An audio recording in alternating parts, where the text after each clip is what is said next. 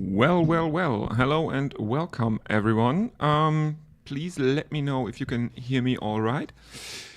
Hello and welcome to the second T20 International from St. George's Park of this tour of India, of South Africa. Well. Hello and welcome, everyone. Please let me know if you can. All right, that was a weird loop back. I don't know why. Okay. Well, as I said, this is the second T20 International after the first one was rained out on Sunday.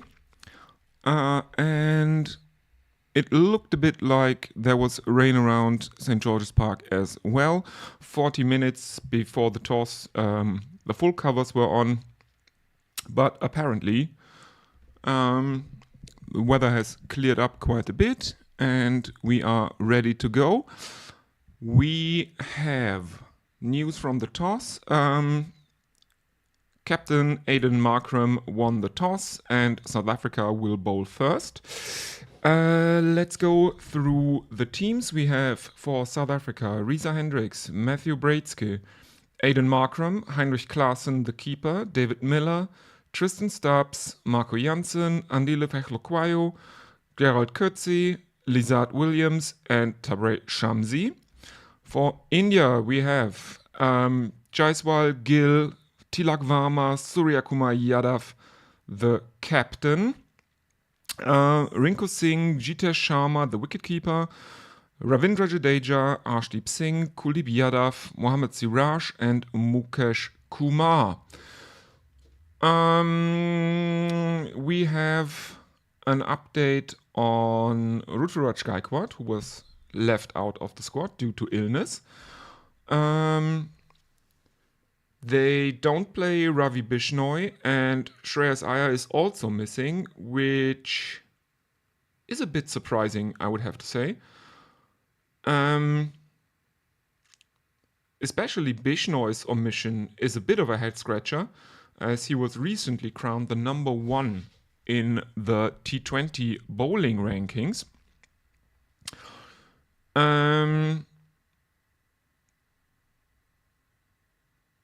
Ayer's last performance was a 53 of 37 balls against Australia. I think the South African squad is much less surprising. Today's umpires are Alahuddin Paleka and Lubabalo Gqeberha. The TV umpire is Stephen Harris and the reserve umpire is Bongani Yele. All are from South Africa and the match referee is Chris Broad.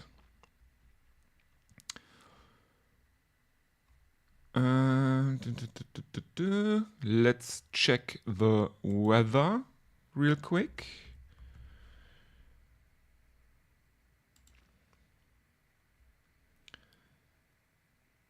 Well, apparently it is around 18 degrees centigrade, Celsius.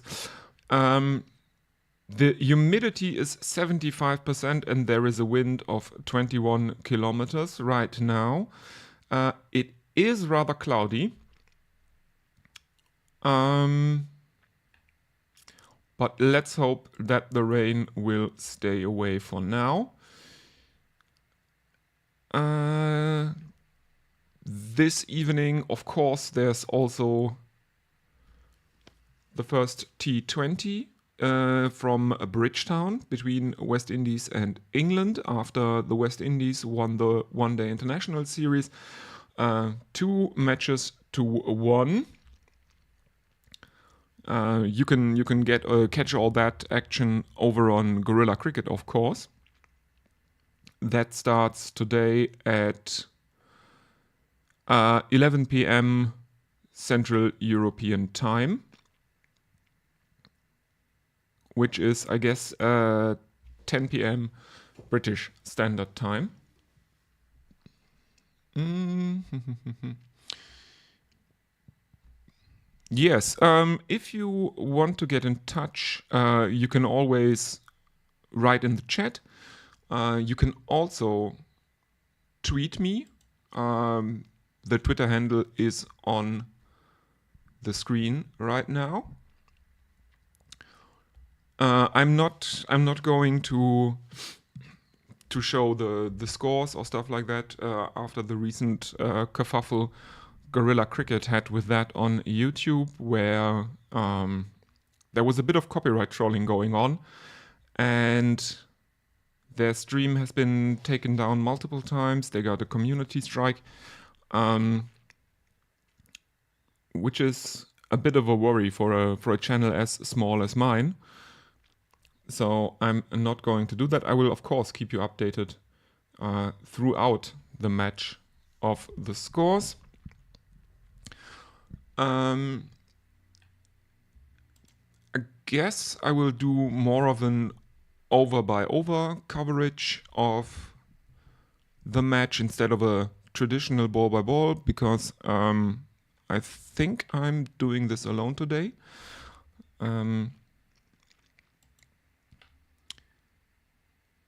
Yes, apparently no one is online in the Discord, so I will have to do this alone.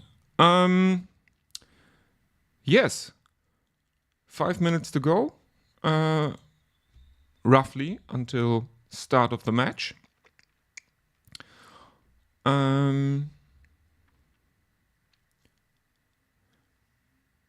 I guess I will get a cup of tea, and I will be back in about 2 minutes or something like that. Okay. You will not miss anything. I will be back before the start of the match.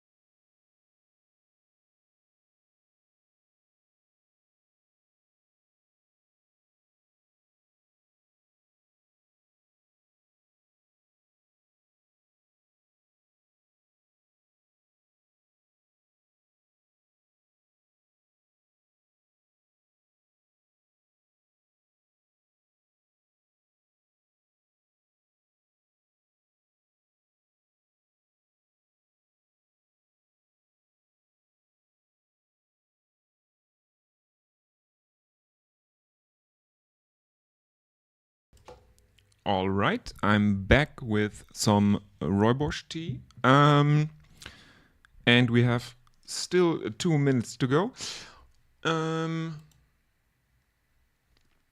The national anthems are underway right now.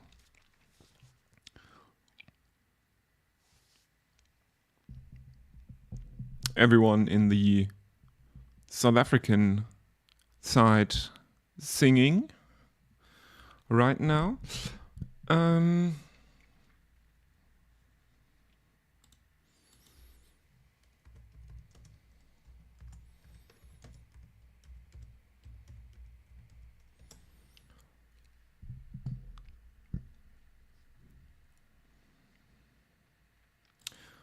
Let's have a look at some relevant stats.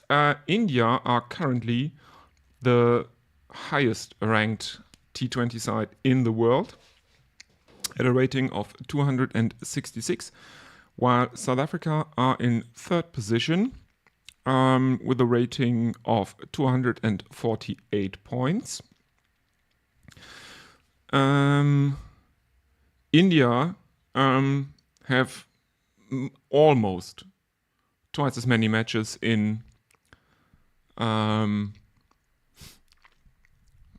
played during the relevant time frame, and they have amassed 17,543 points compared with South Africa, who have a bit under 8,700 points. Let's see the player rankings. Who is in these sides? We do have the number 1 ranked batter in T20s in the world currently, Surya Kumar Yadav, sitting on 855 rating points. Another player in the match is Aiden Markram, who is in third position, almost 100 rating points back. Riley Russo is in 5th position, but he's not playing today, and Gaikwad is in 7th. He is ill today. And at number 9, we still have Risa Hendricks for South Africa. Looking at the bowlers, we do have Bishnoi in first, but he's not playing today, as I said earlier. Nokia is in 10th position. That's the other player from a nation involved in this match. And, well, Markram is also in the all-rounders ratings. He's 4th behind Hardik Pandya, who is not playing today. And we have some action over at St. George's Park. Jaiswal and Gill are opening the batting for India, and Marco Jansen, the left armer, is opening the bowling for South Africa.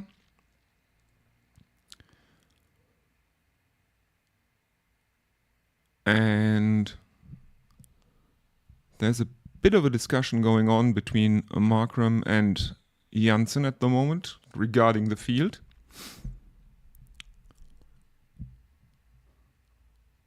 But now we're underway, and Jaiswal is facing up to Jansen, and he plays that into the offside. The left-handed batsman, but it's stopped at point, and there is no run.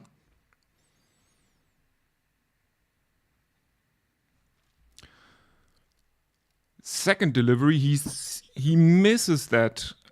It goes between his thigh and the inside edge of the bat through to the keeper, but there is no run again. Oh, it's reached him almost at hip height, and he tried to play it. It goes through to the keeper, misses it completely. There is no run again. Third delivery, and he is out. Caught at point.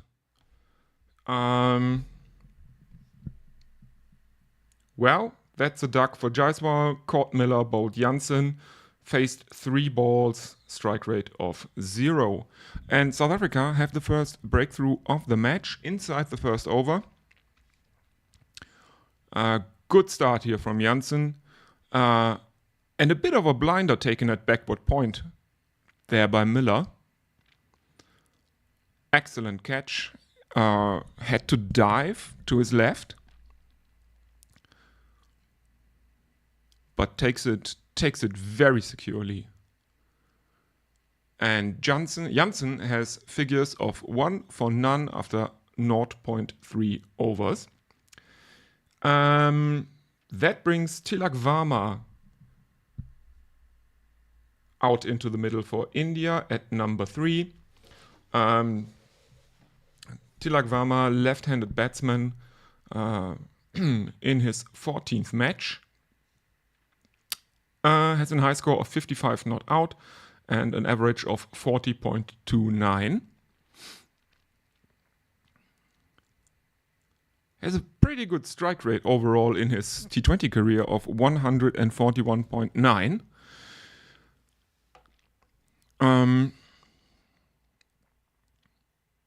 That's a pretty good stat line for Tilak Varma here.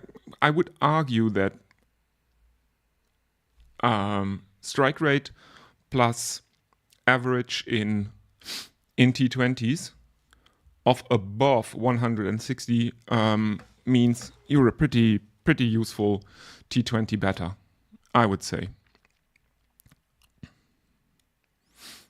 And the first one for Varma by Janssen is a wide that seems to swing quite a bit away from the batsman. It's taken by the keeper. And there is a wide called, yes.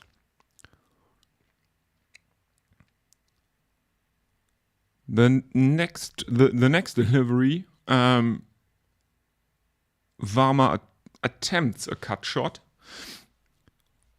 which is stopped at backward point, but looks like Miller thinks there was a chance, but it didn't stick. So yes, absolutely. Now in the replay, there was another chance for South Africa.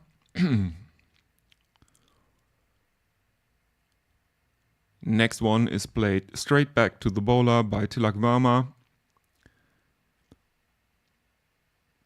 And we have one delivery in the first over to go.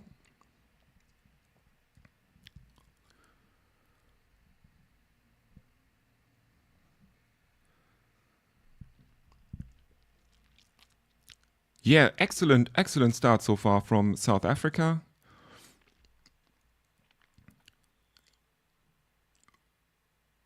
There's another wide bowled by Janssen,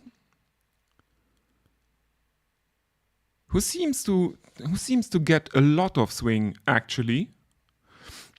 Both wides, I think, swung away from the batsman, resulting in the wide.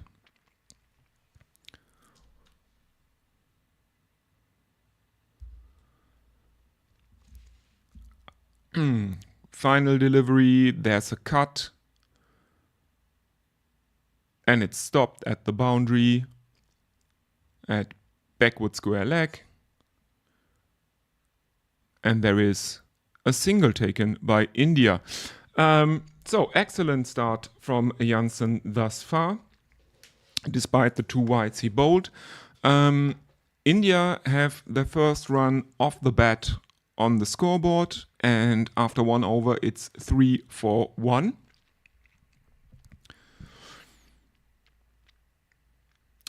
Yes, excellent start from South Africa so far. Yes, remember, if you... okay, we have social media interactions. Brian in Brisbane. Hi, Brian. Wow, nearly missed that wicket as my volume was down. Does either team look jaded after the recent losses in the World Cup? I don't think so. I don't really think so. And for India, I would say that most of the team didn't really play in the World Cup. This is the B team for India, and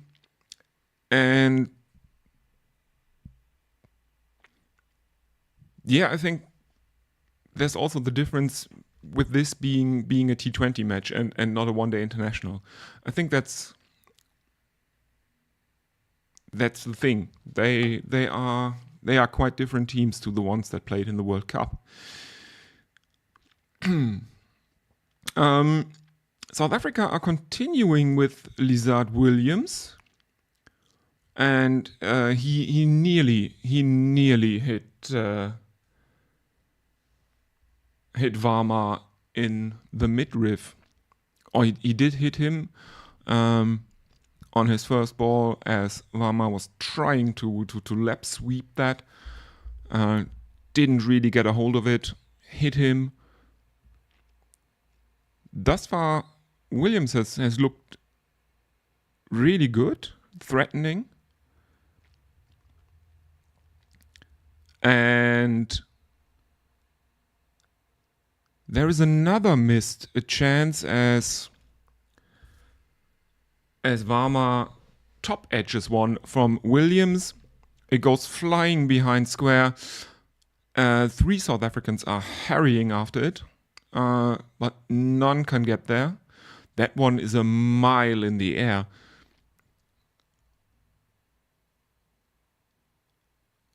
Oh, and it is... Who is that?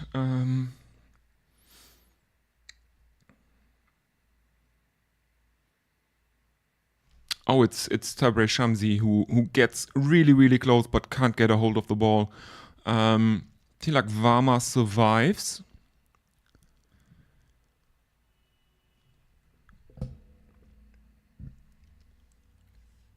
And the next one is a single, bringing Gill onto strike now. First time in this match. India 6 for 1 after 1.4 overs.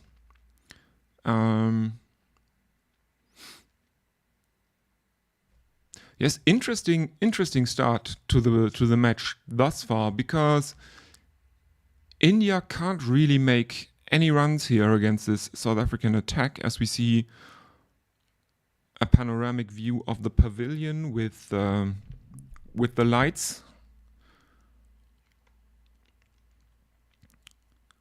And Gill plays his first delivery out into the offside. At backward point, it's stopped. There is no run.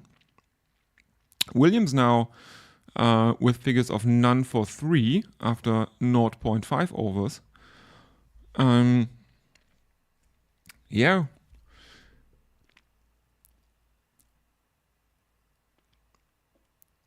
And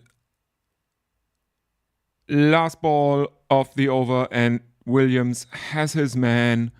Gill is out for naught, caught at slip. Very good bowling by Lizard Williams here, and Gill is talking to his batting partner Varma about reviewing. Has he reviewed it? Timer has gone down. Apparently there is a review.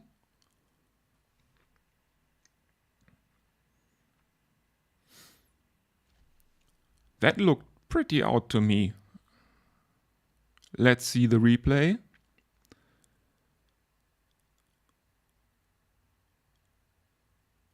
Oh, there is... I don't think there's any bat involved. I can't really see if it hit him on the back pad though.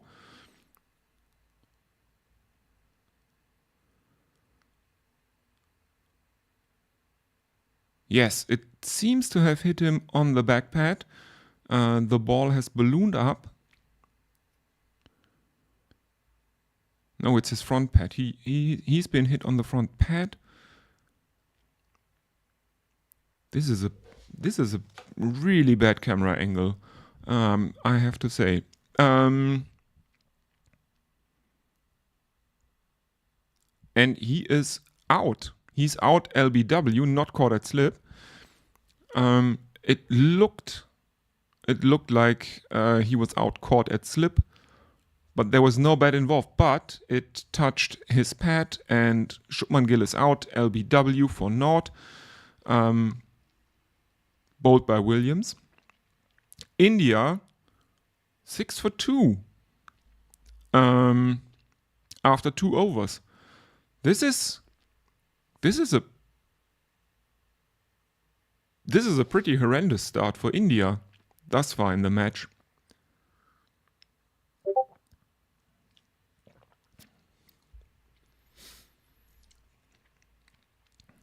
Bringing the captain, Surya Kumar Yadav, out into the middle, inside 5 overs. And he's showing some intent. The first delivery he faces, he dispatches Marco Jansen for 6 over the leg side.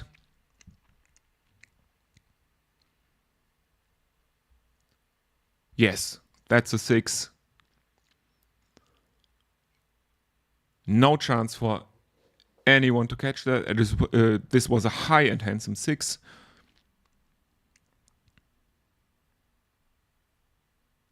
Goes a bit behind square on the leg side. No, it's Tilak Varma who did that. Next one is played out into the onside as a dot. Yes, and we're seeing again the wicket of Shubman Gill. It was really hard to see if that was out caught in the slips or LBW. He probably reviewed it on the grounds that he didn't hit it, which he didn't, but unfortunately he was therefore out LBW. Another boundary, this time for Varma, a 4, as he cuts that to the boundary. 2 boundaries thus far in the Indian innings.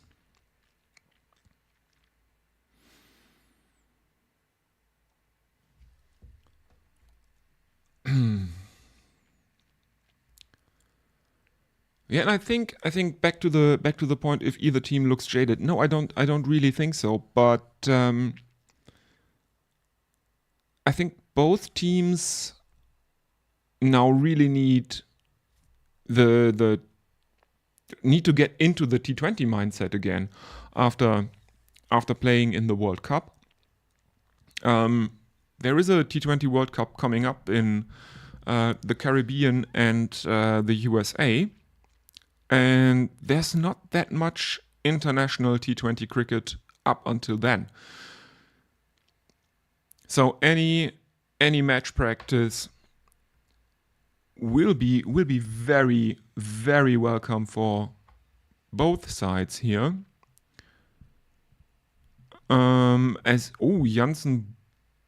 Jansen seems to have decided to go short now to Tilak Varma,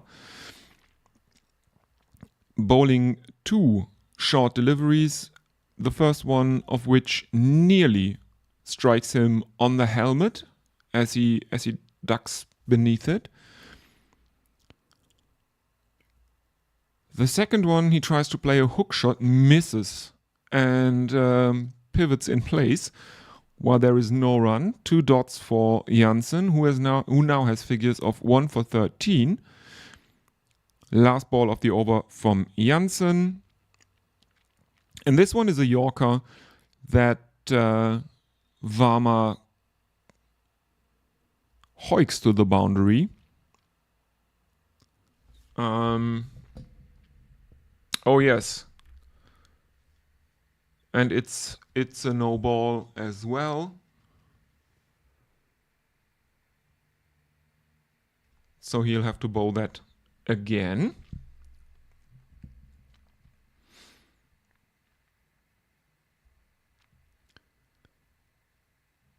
And a free hit is coming up. Janssen apparently overstepped because this was not a no ball based on height.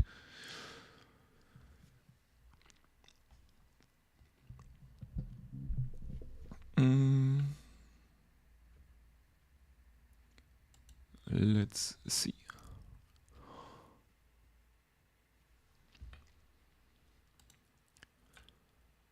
And the free hit is dispatched to the boundary as well. India, after 3 overs, now 25 for 2. After 2 horrendous overs, from an Indian perspective, they took Janssen for 19 of his second over. Marco Janssen now has figures of 2 for 22, 2 overs, 1 for 22, excuse me. The Indian run rate has now come up to 8.33, and we do have social media interactions. Anis, who is at the ground right now, sent me a picture from the pavilion on the Discord for this coverage. Oh yes, and he also sent us a picture of the playing area. Yes, if you want to get in touch, you can always do that in the YouTube chat, and you can also tweet at me. My Twitter handle is on the screen. It's @LinuxLea. I will monitor both the YouTube chat and Twitter.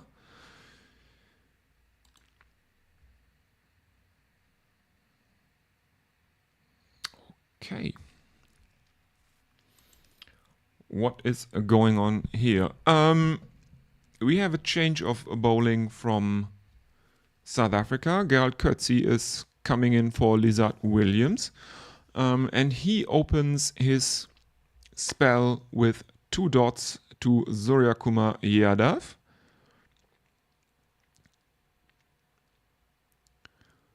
Who drives the third ball of the 4th over for a boundary. Yes, we do have India now on 29 for 2. Suryakumar Yadav is on 4 of 4, and Tilak Varma is on 22 of 14.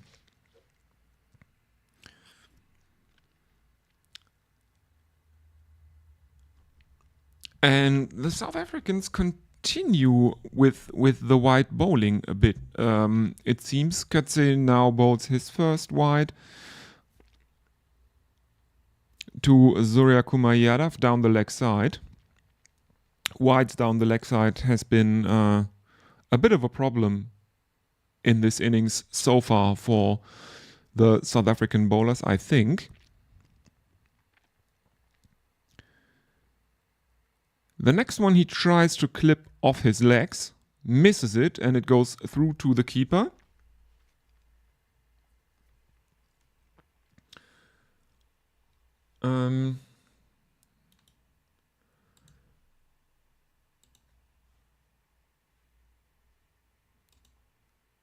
Klaassen being the keeper, doing well here thus far.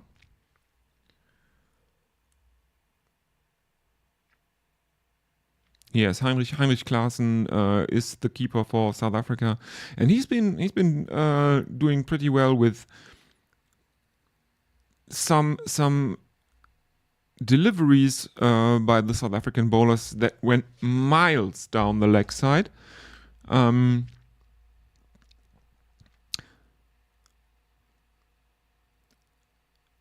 And that is a filthy delivery to end the over from Coetzee to Suryakumar Yadav, who dispatches that one for 6 over fine leg.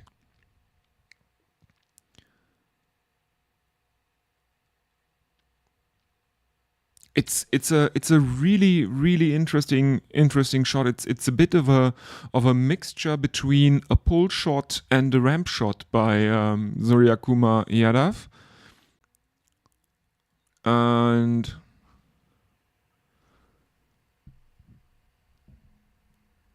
oh yes, it was yes, there was a wide in there. So the next one is dispatched to the boundary for 4 runs.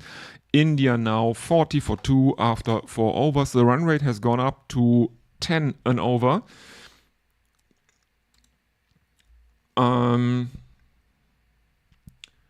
We have Varma on 22 and Yadav on 14. And Coetzee has figures of none for 15.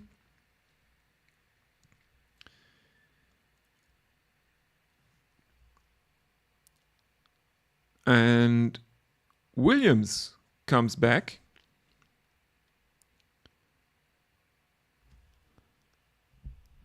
So they rotated the bowler around a bit.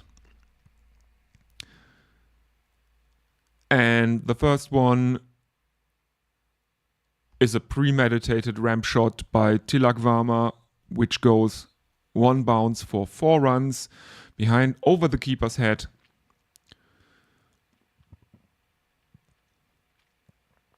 Yes, that was a premeditated shot, and it almost looked a bit like the infamous dill scoop.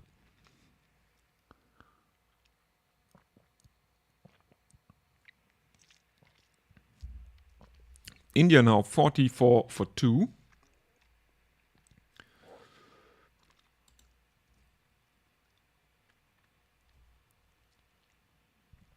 Something is not right apparently with the side screen, or someone is moving in front of the side screen. Williams has to pull out of his run-up as Tilak Varma is gesturing to the ground staff. And we see people running around on the boundary. Ground staff at the behind the boundary. Oh dear, I'm afraid the rain that was present 40 minutes before the toss has returned. There is at least a steady drizzle coming down now. I can see the spray on the camera lens. There is rain around, no doubt about that.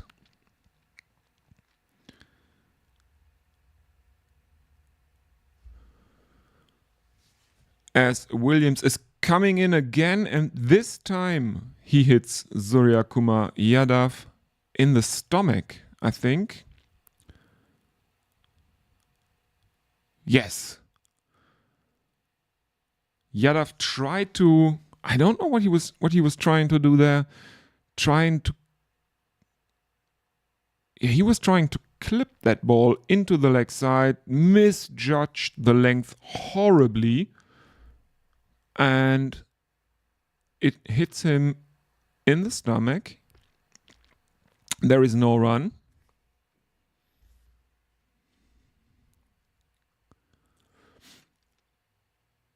The next one is played into the leg side, and there is a single taken by Surya Kumar Yadav.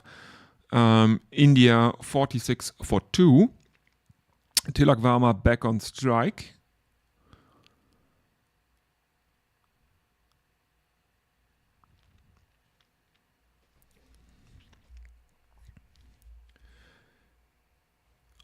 And there is no discussion going on about the rain, I think.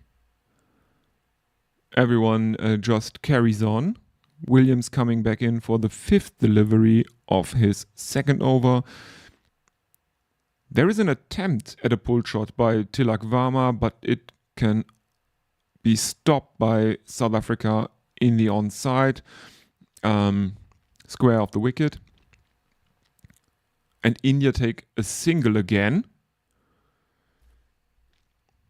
bringing Surya Kumar Yadav back on strike for the final delivery of Lizard Williams' second over.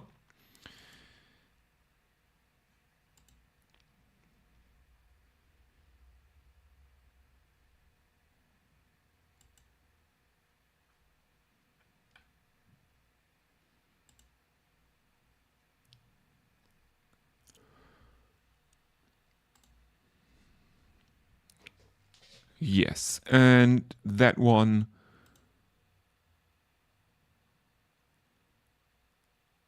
he plays off his pads, and this goes flying over the leg side.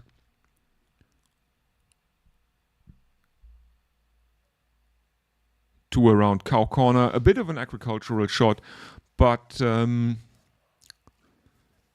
Kumar Yadav will not complain about that one. That is 6 runs for Surya Kumar Yadav, and India after 5 overs are 53 for 2.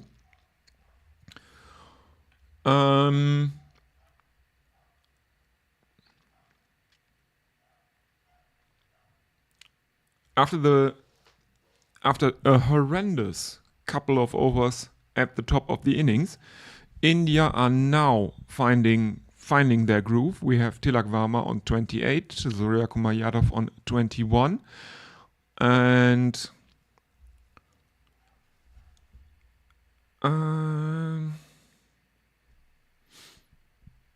apparently Surya Kumar Yadav is the fastest to 2,000 runs in men's T20 internationals in terms of balls faced. He got there in 1,164.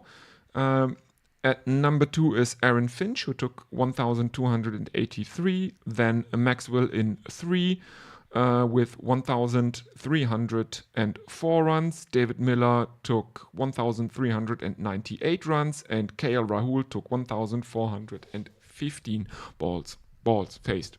Excuse me.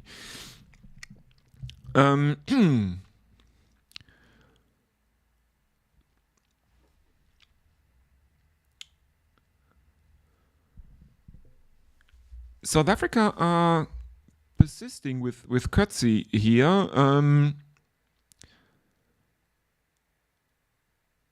Who has not had a great day so far.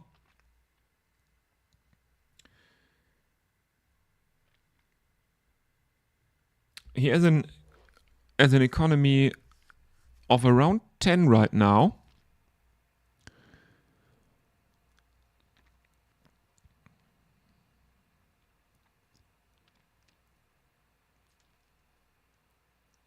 And that was, I think, his first over. They took him for around 15 runs. Now in his second, he's given up just 2 singles.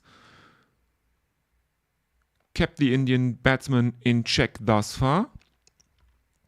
And Tilak Varma spoons one up to fine leg. There is a safe catch out in the field, and India are now 55-3, and suddenly the decision to continue with Coetzee looks a lot better than when he had no wickets and an economy of over 10.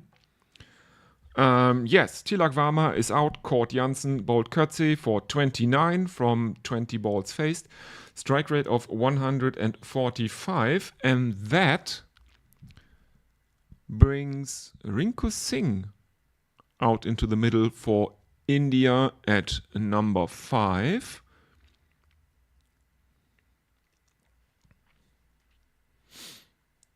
Rinku Singh in his 11th match scored 184 runs, has a high score of 46 and an average of 61.33.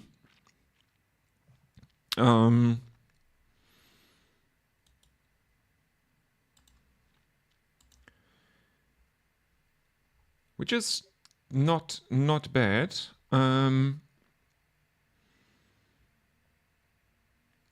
He has a career strike rate in T20s of 187.5.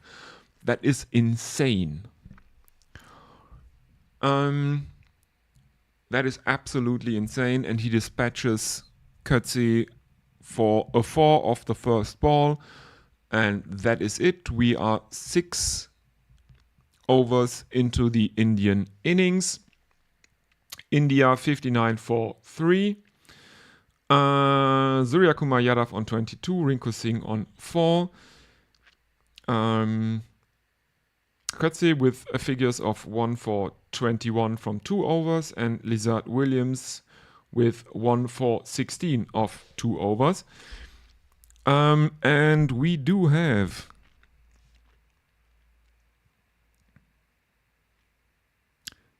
Matley in the chat. Woof, Matley. Didn't realize you were on or doing in English. Just my luck. Yes, I was. Matley, we were talking about this series during the World Cup, and apparently no one else was going to cover it, and so I said, okay, I will cover at least most of it. Let's put it that way. I think I can do the complete white ball leg of the series. I will have to skip the first test because it's on Boxing Day, and I'm back with family over the holidays, so I will not be able to do the first test. But the second test, which starts on the 3rd of January, the New Year's test, I think I will do. We'll be doing that one. If anyone is interested in joining for that test, let me know. The best way to get in touch for that one is probably via Twitter. There will be other people. There's Anis Mohammed, who is another commentator from the sadly defunct Gqeberha South Africa. He can't be here in the commentary today because he's actually at the ground. So he sent pictures. So we know that. Yeah, but for the test we can always use more help. There might actually be an Indo coming in for a stint or two during the New Year's test. I talked to him last week for the podcast. This is also something to look out for. I did an interview with Anindo Dutta, author of Wizards, History of Indian Spin Bowling. That will be the Christmas thank you to the listeners for yes, for making this an amazing an amazing year for this channel. The interview is also, of course, in English. And for the German listeners, I'm currently in the process of trying to do subtitles for it. Yeah, so what's happening in the match? We do have Andile Ferroquayo for the first time this evening or late afternoon.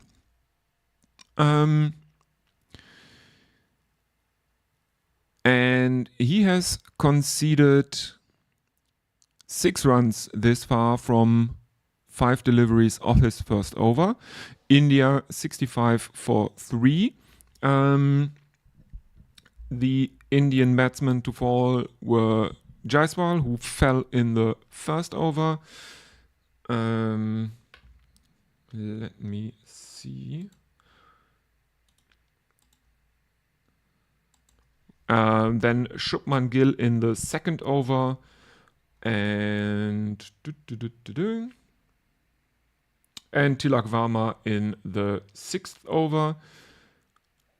Both openers went for ducks. Then Varma really accelerated the scoring. He made 29 runs of 20 deliveries. And now we have the captain, Surya Kumar Yadav, out in the middle together with Rinku Singh. Yadav currently on 29 of 17, and Rinku Singh is on 5.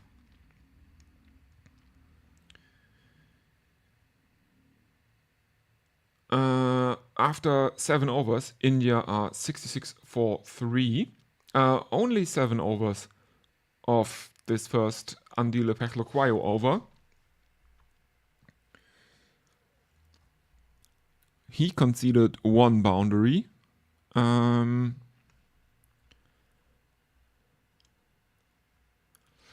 Yes.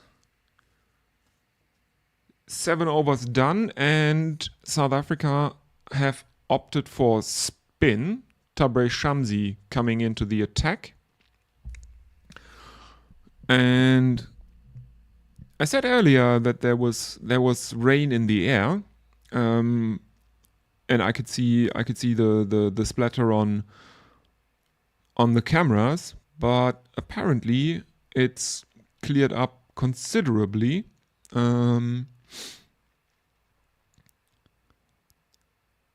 So right now there doesn't seem to be the danger that we need to delay this match, or that there is a rain delay. Shamsi getting considerable turn here.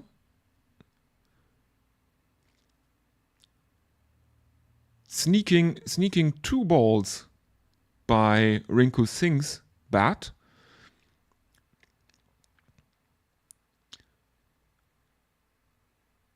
The second one is an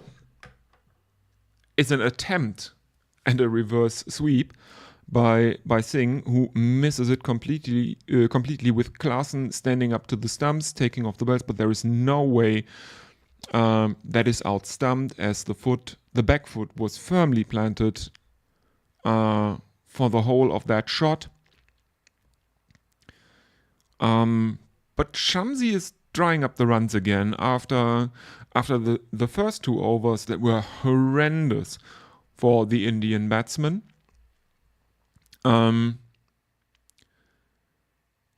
Then Surya Kumar Yadav and Tilak Varma made a few boundaries and really accelerated the scoring to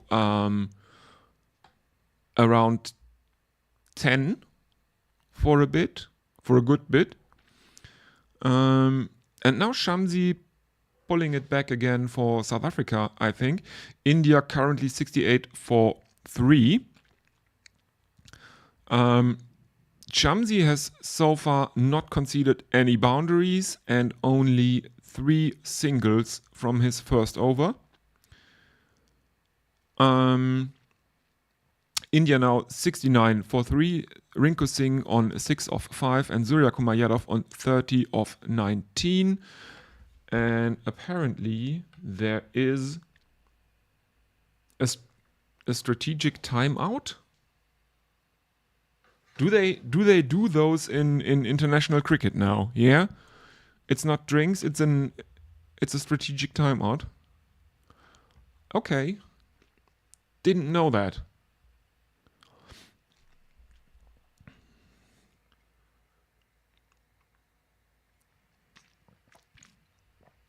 So, yes, thank you everyone for watching. If you want to get in touch, use the YouTube chat or write me a tweet. The Twitter handle is on the screen for you. And I will also have to take a very short break. We'll be back soon.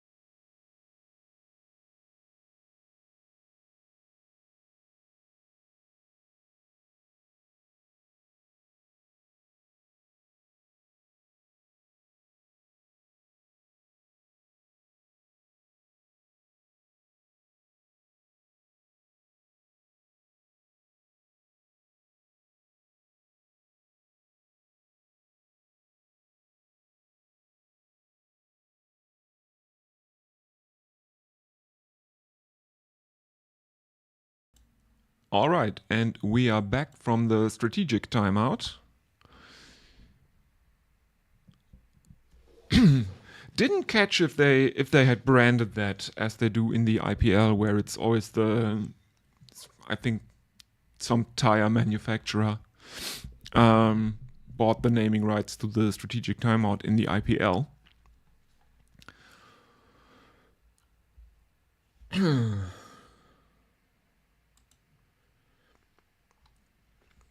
And we got Andile Berlukwayo back, and he is dispatched for 4 runs off the first ball of his second over by Surya Kumar Yadav, who is now on 34. Next one is dabbed out into the offside. India take a single here, bringing Rinku Singh onto strike, who is out there with the captain for this series, Surya Kumar Yadav. He's on 6 of 5. Berlukwayo with figures of none for 12 from 1.2 overs. India 74 for 3.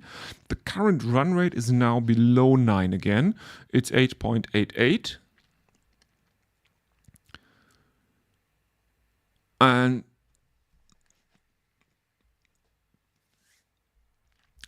Berlukwayo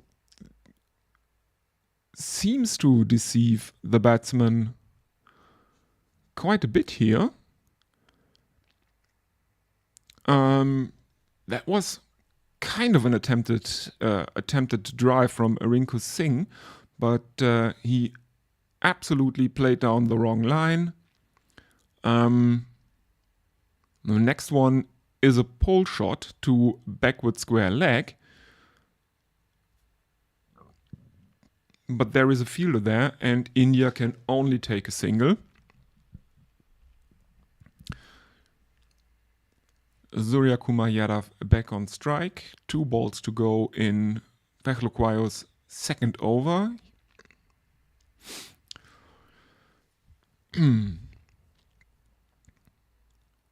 The next one is cut into the ground by Surya Kumar Yadav, but at backward point there is a fielder and there is no run.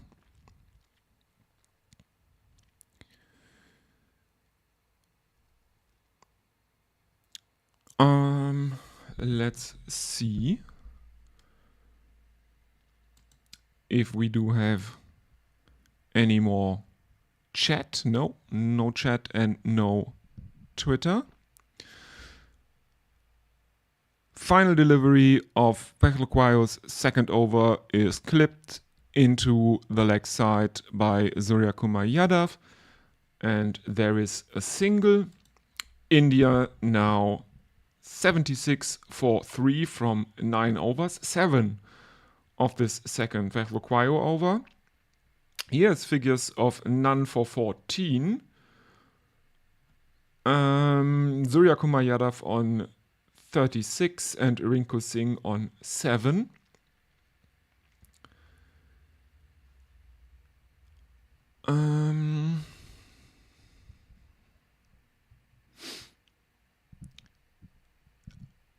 And Aiden Markram is going back to spin. Surya Kumar Yadav coming down onto one knee, trying to slap Shamsi away, misses it completely, gets hit on the body, and there is no run. Second delivery is a sweep. This time he connects, but it is fielded at backward square leg, a deep backward square leg, and Yadav takes a single.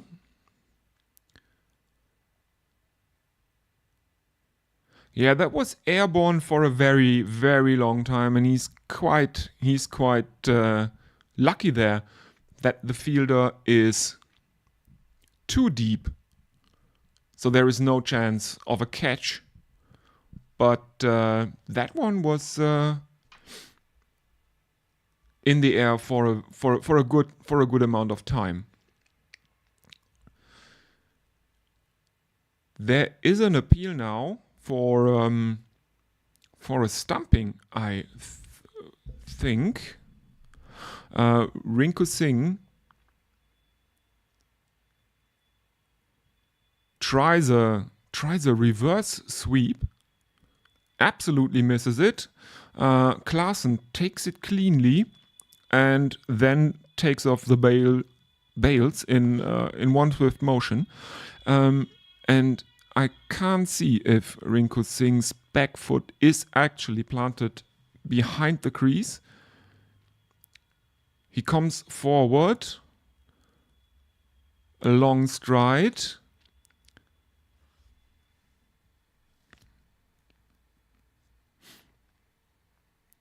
They are checking for the ultra edge, but there is no bat involved there.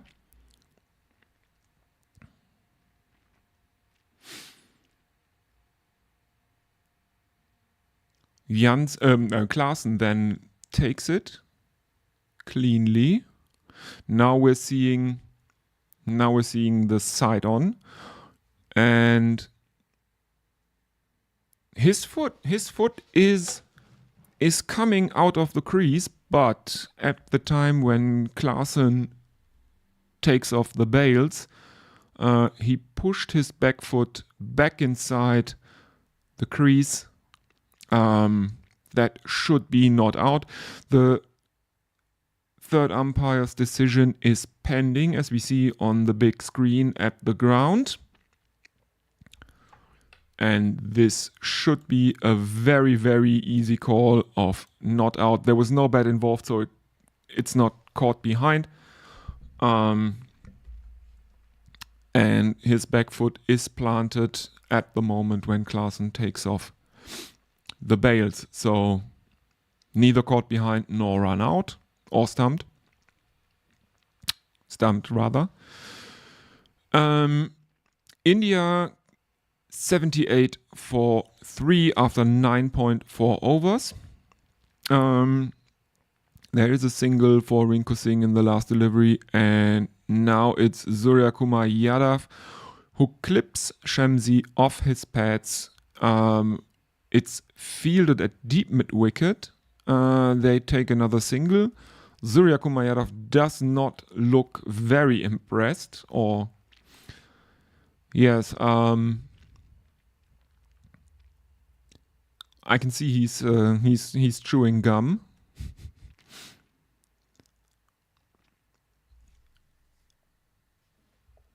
Oh no, it's they took 2 there. Next one, he goes down onto one knee and slaps that absolutely magnificently to the boundary.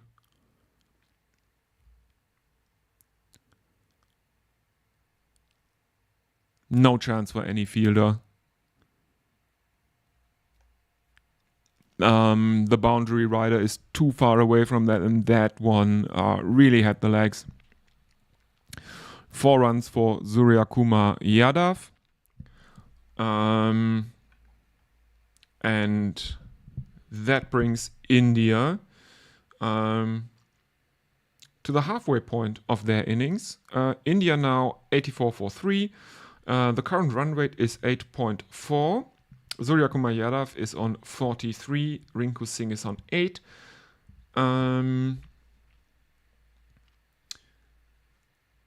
And South Africa bring back Jansen, the man who took the first wicket. And Singh plays that one a mile in the air. Looks really, really, really dangerous. Yeah, tries a lofted drive into the offside. It goes a mile into the air, then drops down, and like a golf shot with backspin, doesn't bounce over the boundary. So all he can take there is a single. India 85 for 3. Surya Kumar Yadav back on strike.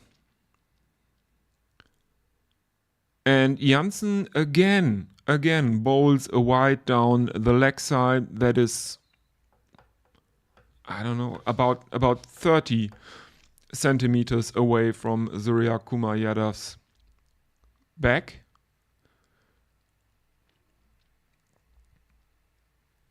Yes, it's called a wide.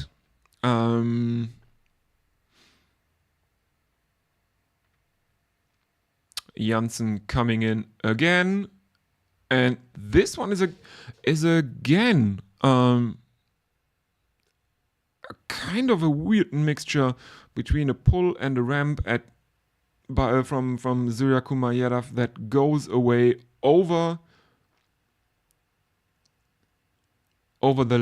fine leg, and that is 6 runs for India, bringing their total to 92 now. Yadav 1 away from his 50. He's on 49, facing Marco Jansen, who bowls this one outside off stump, and it's played into the offside by Surya Kumar Yadav for a single, and that brings up his 50. India 93 for 3 after 10.3 overs. The The score predictor at this stage says 177 as the total for India.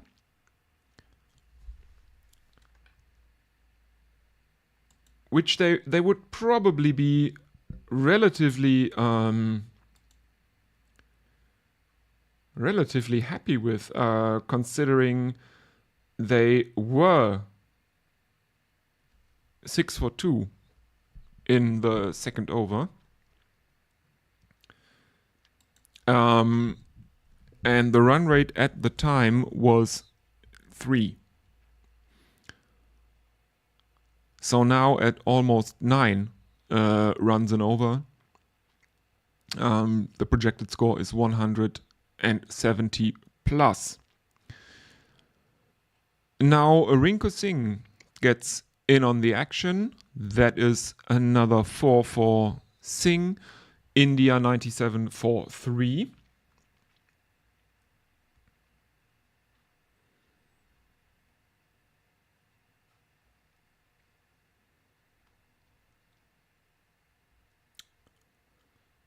And that was only his second 4 of the innings. He's on 13 from 12. Final delivery of Jansen's third over, which is basically an uppercut by Rinku Singh that finds its way to the boundary. The boundary rider back there at backward point has no deep backward point, has absolutely no chance of stopping that. And India bring up their 100. India 101 for 3 after 11 overs. 17 of that Jansen over. He's been relatively expensive.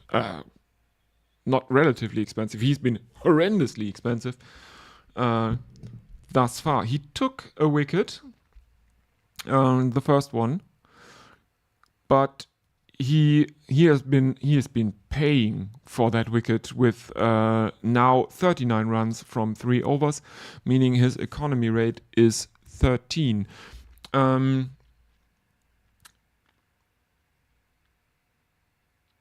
Which is even higher than India's run rate. They are going along at 9.18.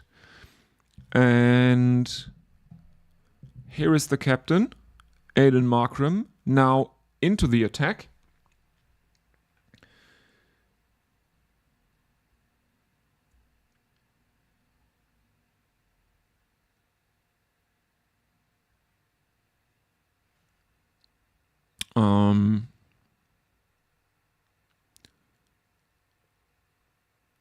But the Indians are relatively are just milking him. They are just milking him for singles.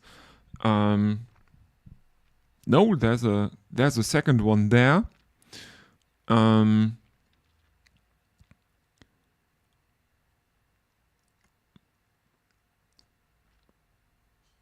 Yeah, and we have a fourth wicket partnership now of 50 runs from 35 balls between Rinku Singh and Surya Kumar Yadav, while Aiden Markram is bowling around the wicket.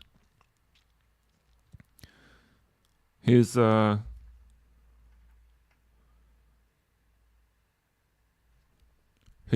gentle off breaks. No, he's not that bad. As I said at the top of the show, Markram is actually in the top 10 all-rounders in T20 international cricket. And does he get his man here? Rinku Singh is again trying to reverse sweep a spinner, and he's been given out. But he has reviewed that. He really shouldn't play all these attempted reverse sweeps. He's been in trouble multiple times during this innings alone, trying to play a reverse sweep, first against Shamsi. Now it seems a bit more serious even against Aiden Markram. And we see the replay here.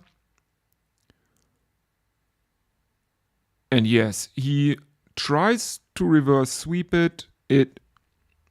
He misses it. There is no ultra edge. There's no bat involved. The ball then hits him on the front pad as he's on his back knee. It hits him below the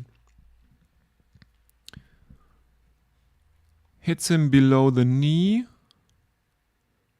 and that one is out. No, it's not out. It's not out. It's missing.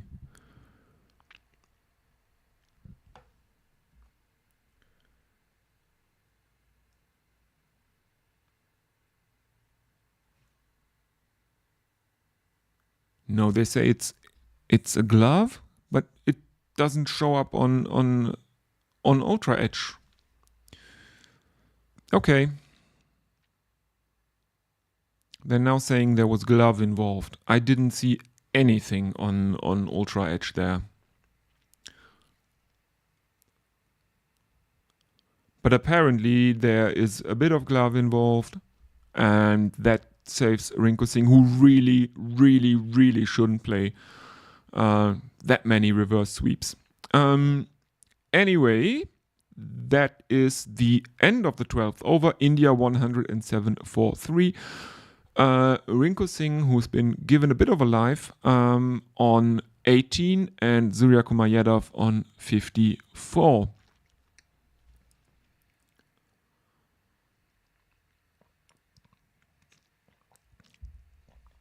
Well, if you do want to get in touch, you can always use the YouTube chat, and of course you can also tweet me.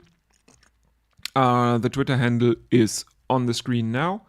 You can see it there.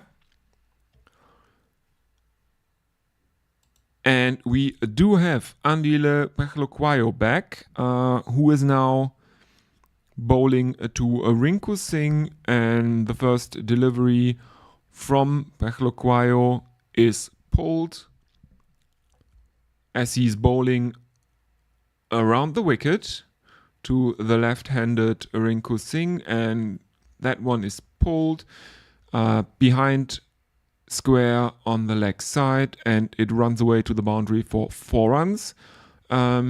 Next ball, same result. Too short by Andile Pechlokwayo, and another pull shot by Rinku Singh, and another boundary for India. 115 for 3 now. There are 2 fielders converging on the ball as it nears the boundary. Gerald Kötzi diving forward, but can't get a hand to it. And the score predictor has gone up to 186. As Pechlokwayo decides to go for a slower ball, and Rinku Singh can only manufacture a single from that one, bringing Surya Kumar Yadav back onto strike. He's on 54 of 32 deliveries.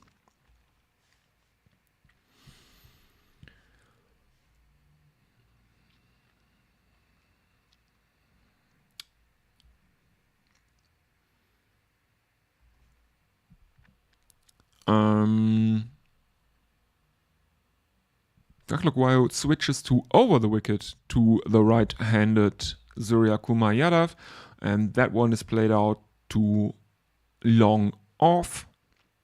another single for India, 117 for 3.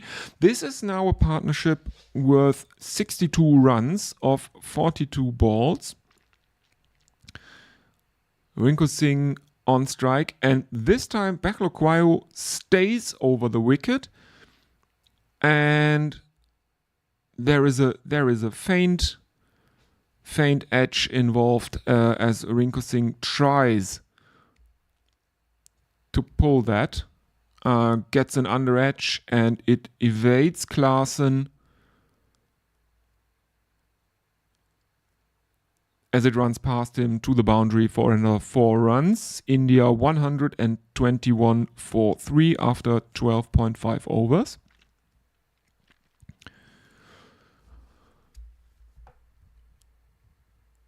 Stays over the wicket, this time dabbed towards backward square leg for a single from Rinku Singh, who keeps the strike here.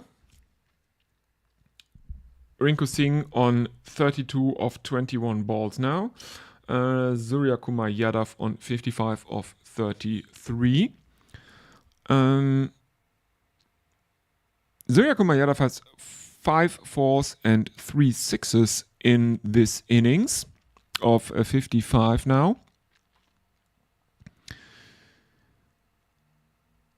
His strike rate is 166.7, as India are on 122 for 3 after 13.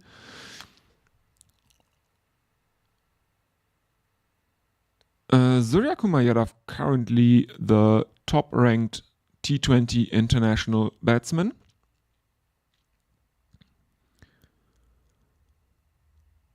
Rinku Singh is fiddling with the handle of his bat as Aiden Markram brings back Tabraiz Shamsi for his 3rd over. He has figures of none for 12 this far. And he starts his over with a single, bringing Surya Kumar Yadav back onto strike. The current run rate is 9.34.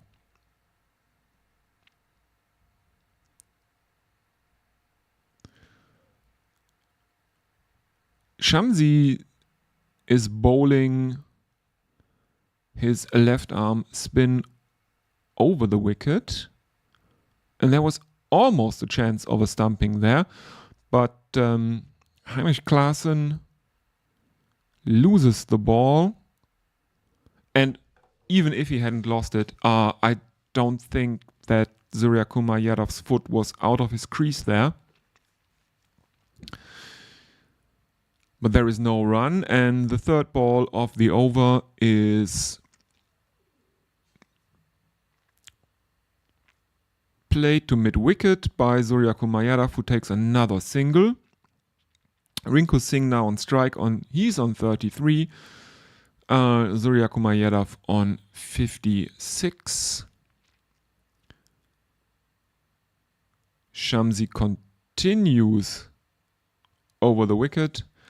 This one is played out too long on by Rinku Singh. 125 for 3, 2 deliveries in the over to go for Tabraiz Shamsi.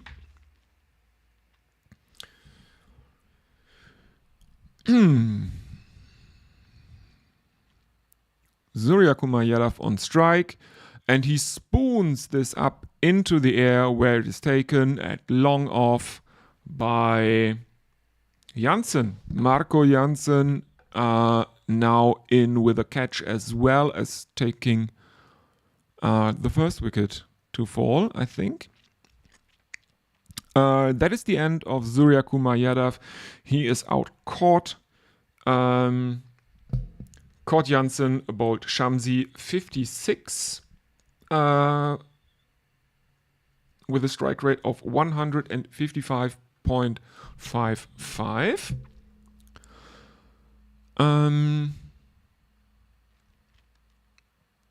Captain has to go.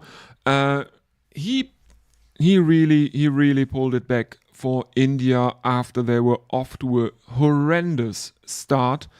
At one point, they were 6 for 2. Um,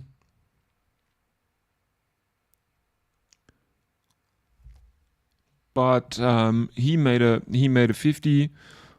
He made it at a good clip, and that brings the wicketkeeper for India in at 6.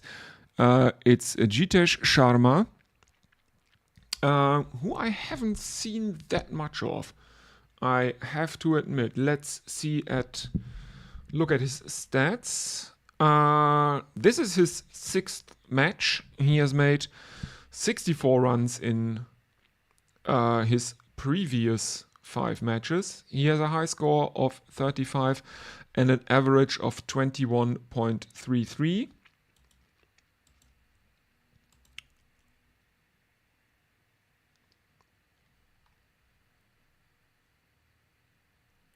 He strikes in these 5 matches. He struck at around 165, 164.10 to be precise.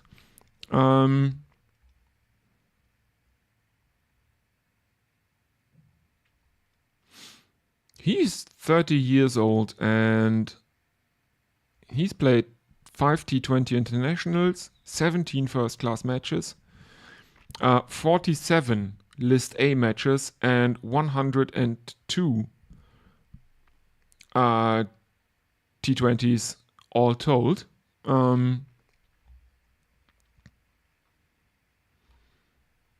Well, let's see what he can do here.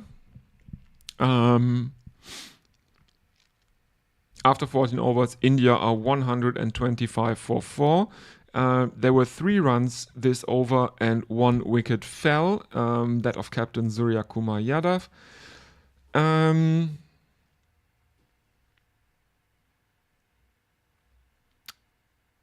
Yes. We now have Jansen, Williams, Kurtzi, and Shamsi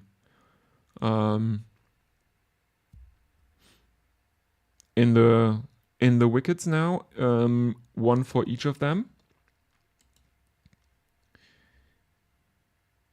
And there's another strategic timeout, apparently. Well, let me just check if there are any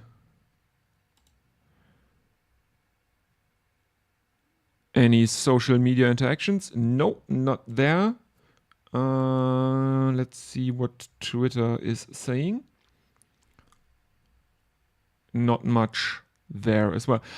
If you want to get in touch with me, of course you can use the YouTube chat, and you can also message me on Twitter. I'm keeping an eye on both of those. If you got any questions,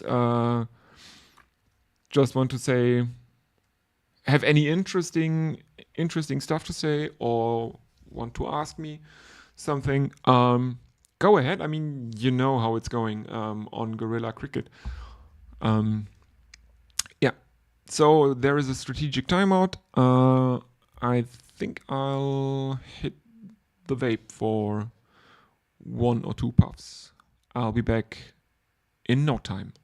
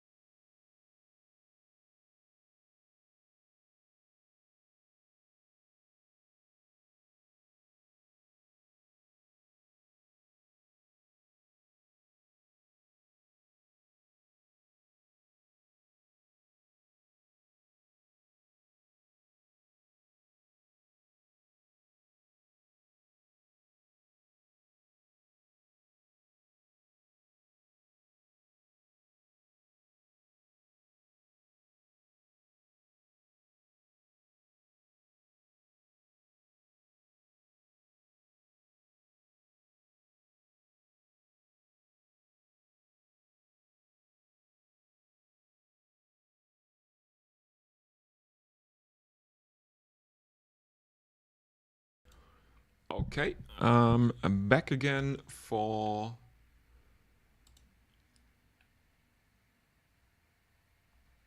Lizard Williams now into the attack. This is his third over, and he's not starting it great. 2 boundaries of the first 2 deliveries of his third over from Rinku Singh. He's following that one up with a flick of his legs into the onside. India take a single, now 134.4.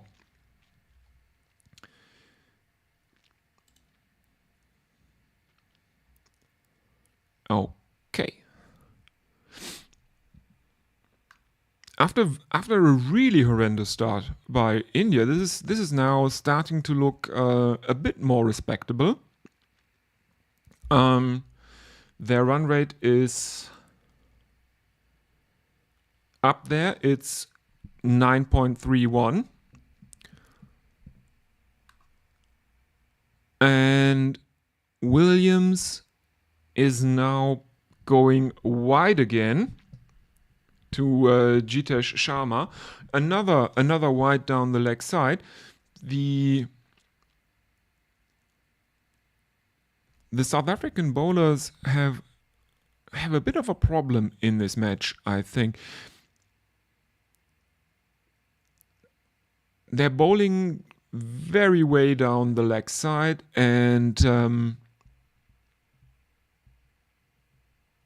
this is what's going on here. There's a DRS timer on the screen. Because Jitesh Sharma tried a pull shot to that wide from Williams.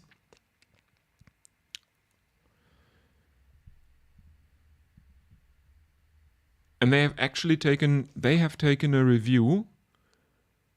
This was not a tactical appeal to maybe convince the umpire that this wasn't really a wide one.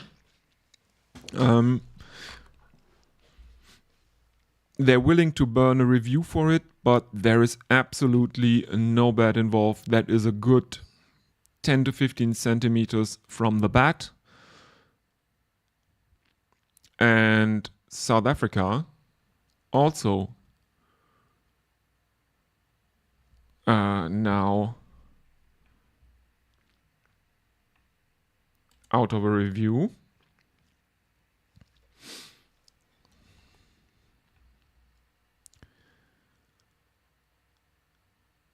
Next one is blocked into the offside by Jitesh Sharma. They take a single, and India are 136 for 4 after 14.4 overs.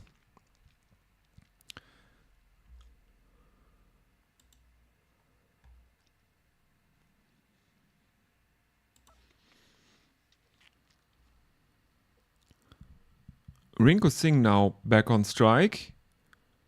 And this one is very, very leg-sidey again, and an awkward pull from Rinku Singh dispatches Lizard Williams to the boundary backward of square on the leg side. There is 4 runs for Rinku Singh in it.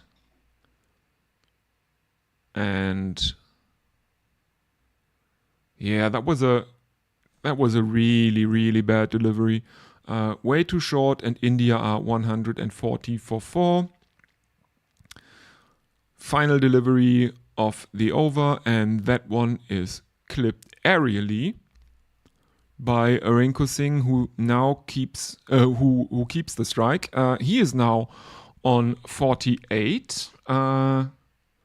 Could bring up his 50 very soon here. After 15 overs, India are 141 for 4, Rinku Singh on 48, and Jitesh Sharma on 1. India struck 18 fours and 4 sixes in this innings. The run rate now 9.44. And the captain brings himself back on. Aiden Markram bowls this on the legs. It's clipped away by Rinku Singh, but there is Lizard Williams in the field who can stop it. And India are kept to a single. Markram has figures of none for 6 after 1.1 overs.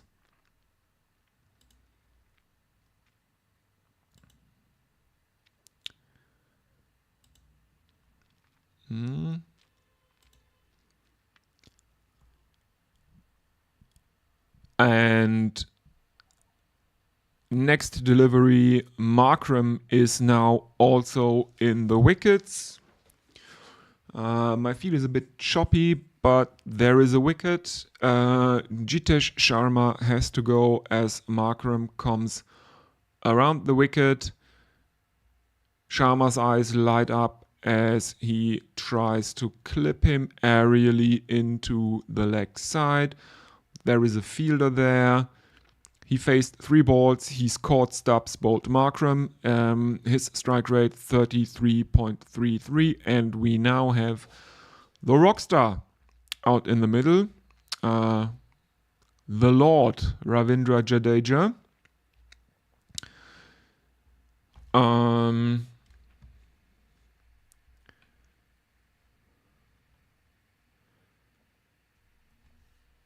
Jadeja's 65th match. His high score is 46, not out. He's in at number 7 for India.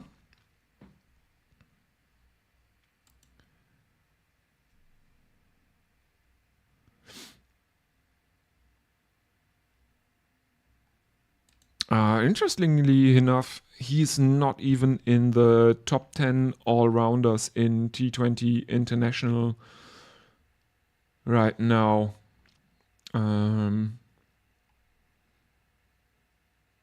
He's not even in the top 20. India have 1 all-rounder in the top 10. That's Hardik Pandya at 3. And then they have another one in the top 20, which is Akshar Patel. He is on 14th position, in 14th position.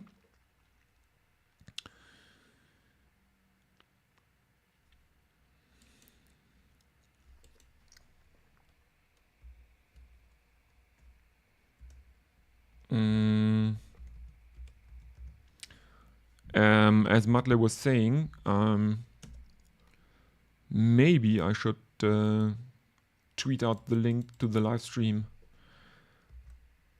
again.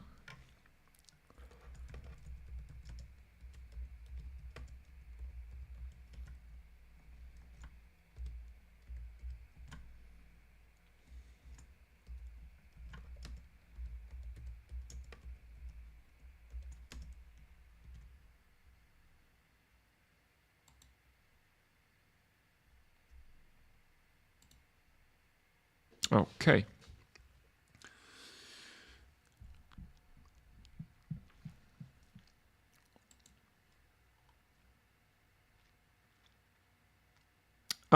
Yes, well, after that wicket for Markram, he conceded 2 singles, then a boundary to Jadeja and another single, meaning Jadeja is now hogging the strike, while Rinku Singh brings up his 50 in the 16th over.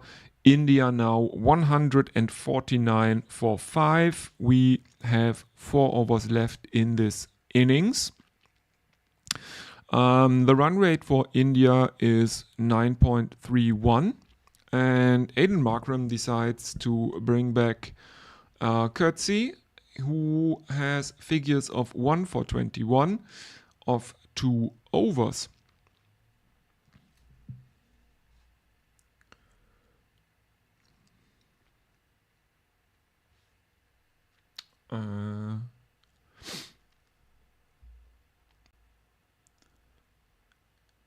he decides to go over the wicket to the left-handed Jadeja, who placed this out into the offside. There is a fielder there, and India are kept runless here. There is a dot.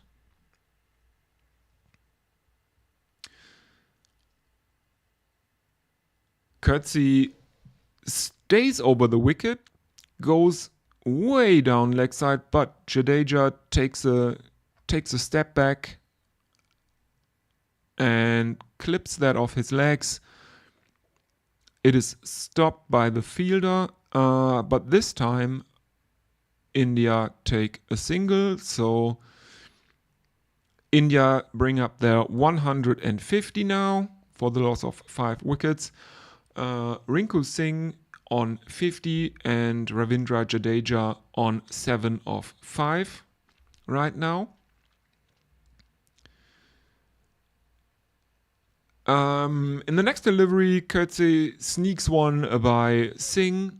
It is gathered cleanly by Heinrich Klaassen, who is behind the stumps for South Africa, and there is no run.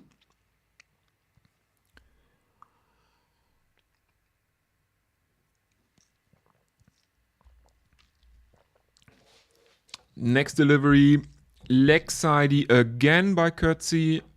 It's also really short, and there's a desperate pull shot from a more instinctual pull shot from Rinku Singh, who takes another single. He is now on 51. Jadeja on strike. India 151 for 5. 2 deliveries to go. And Coetzee stays way leg side, and this time he gets punished by Ravindra Jadeja, who pulls him for a flat batted 6 over backward square leg. And India are 157 for 5 now.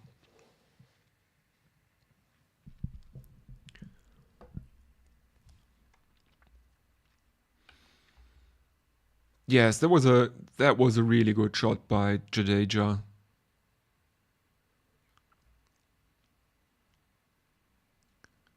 Coetzee stays over the wicket to Jadeja, who clips him off his legs this time for a single. Jadeja is farming the strike a bit now. While we see some highlights from Rinku Singh's innings, he is 51 not out, and he hasn't hit any sixes. He's hit 9 fours,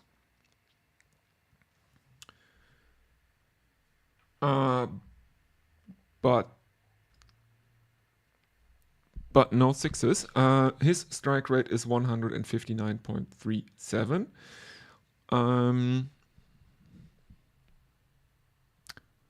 As Aiden Markram brings back Tabraiz Shamsi for his 4th over, and Shamsi gets appreciable turn here. Jadeja has to reach out for that one, gets a bit of a hold of it, but it is fielded inside the ring, and they decide against the run. Next delivery, there is an appeal for, I assume, stumped. Yes.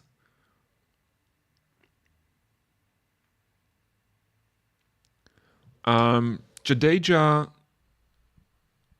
was in danger there, but he brought down the foot just in time, shortly before Heinrich Klaassen took off the bails, after Tabraiz Shamsi sneaked one by Jadeja.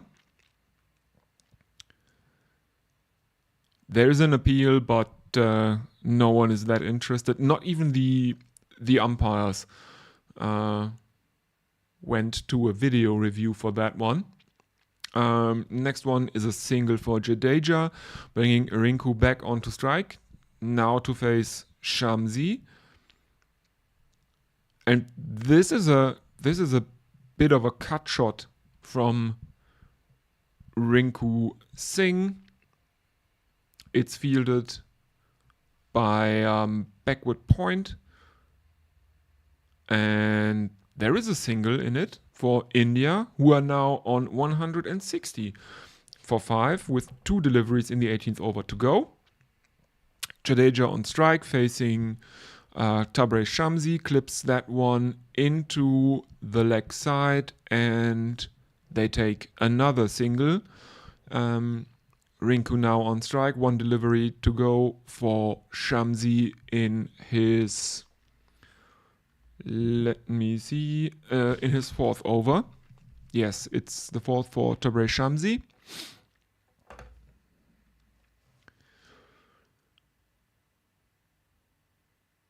Last delivery over the wicket, and Rinku Singh has to reach for that one. He gets hold of it again.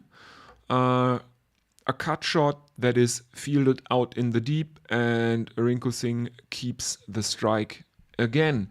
India 162 for 5.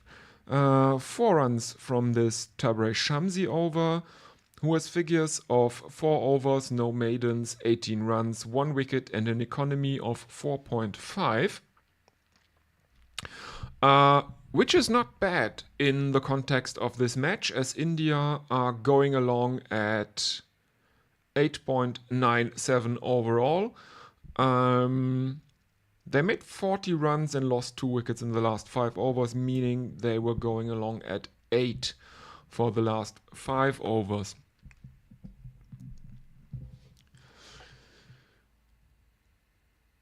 Interesting to see here that Markram has opted to bowl spin at the death here, as he brings himself back for his 3rd over. He has figures of 1 for 13. Rinku Singh is now facing him. Markram round the wicket to the left-handed Rinku Singh, who plays that into the offside. It is fielded by a long off. There is a single for India, 163 for 5 now.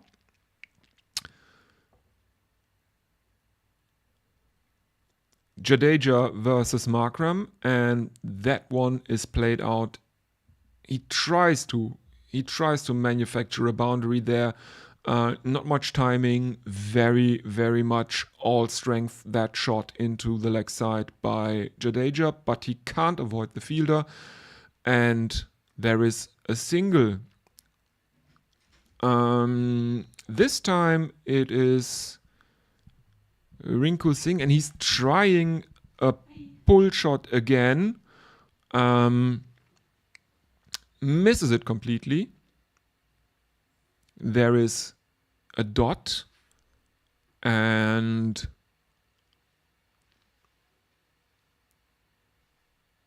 next one brings India a couple of runs, as there almost are overthrows at the non-striker's end. Penultimate delivery in Markram's 3rd over to Rinku Singh, and this one is a very loose ball. It's a loosener that Rinku Singh takes full advantage of. This is his first 6 of the innings. India 172 for 5 now. Yes, that is the first 6 by Rinku Singh. Final ball of the over. Another really, really bad ball, and Rinku Singh is now taking a liking to the South African captain Aiden Markram. Another 6 very straight down the ground from Rinku Singh, and India are 178 for 5. 16 runs of this third over from Aiden Markram, who now has figures of 1 for 29 from 3. That is the end of the 19th over. And Markram goes to Gqeberha for the final over. Interesting. I'll have to look up the arguments, but there were people making the argument that in a T20 the most important over is not the 20th but the 19th.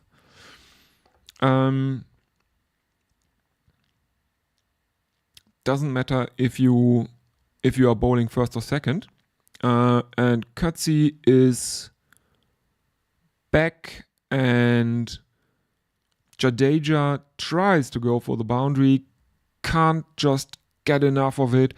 It falls into the outfield relatively safe, and India take a couple, 180 for 5 now.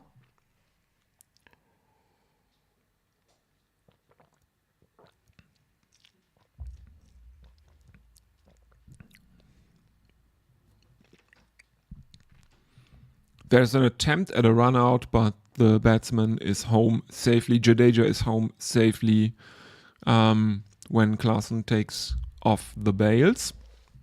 Gqeberha coming in for the second delivery, and this one is given out on the field. LBW as Jadeja tries a sweep shot to that one. But immediately the umpire is giving him out LBW.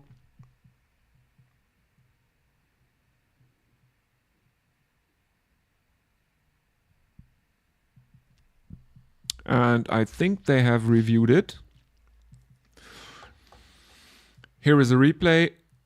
Jadeja attempts a sweep shot, misses it.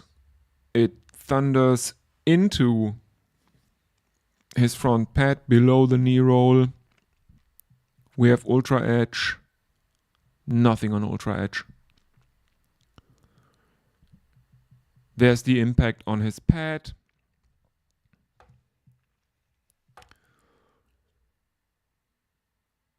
It is pitching outside off. The impact is in line, and it is hitting the wickets. It is hitting middle and leg about halfway up.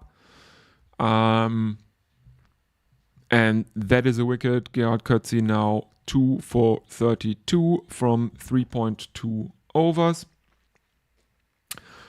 And India are 180 for 6 with 4 deliveries to come.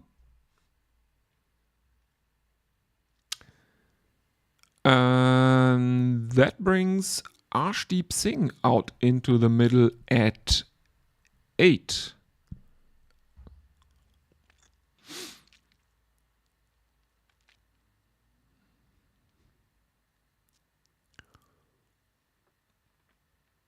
He will now have to face Gqeberha.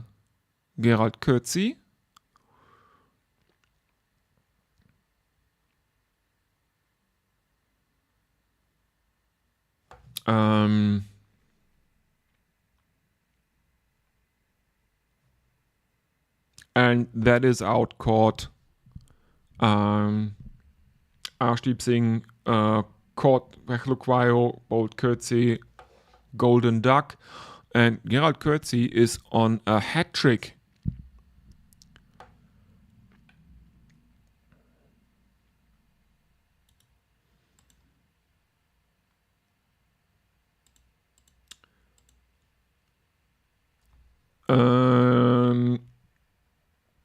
Gqeberha on a hat trick, and Kuldeep Yadav at number 9. No, they're sending Mohammad Siraj. What? He's not even in the team. He's not even in the team. They got the name wrong on the on-screen graphics. Mohamed Siraj is not playing in this game. It should be... Well, I'm guessing... Oh. And in the 20th over, the rain has returned to St. George's Park. The covers are coming on. There's a delay due to rain. The players are now coming off after 19.3 overs with Gerald Coetzee on a hat trick. And the umpires decide that they take the players off. The ground staff are furiously running around, pulling out the tarps, covering the pitch. With India on 180 for 7 with 3 deliveries left to bowl. Yeah, that is all I can say at the moment. Well, let's go over this innings thus far. India had a horrible start. Both openers, Yashasvi Jaiswal and Shubman Gill, were out for ducks. Then Tilak Varma and Surya Kumar Yadav came together and rescued India from a very, very serious position. Varma fell when India were on 55. He made 29. Then we have Surya Kumar Yadav, the captain. Both were out-caught by Jansen. Varma for 29 and Surya Kumar Yadav for 56. The next Indian batsman to fall was Jitesh Sharma. He made 1. At that point, India were 142 for 5.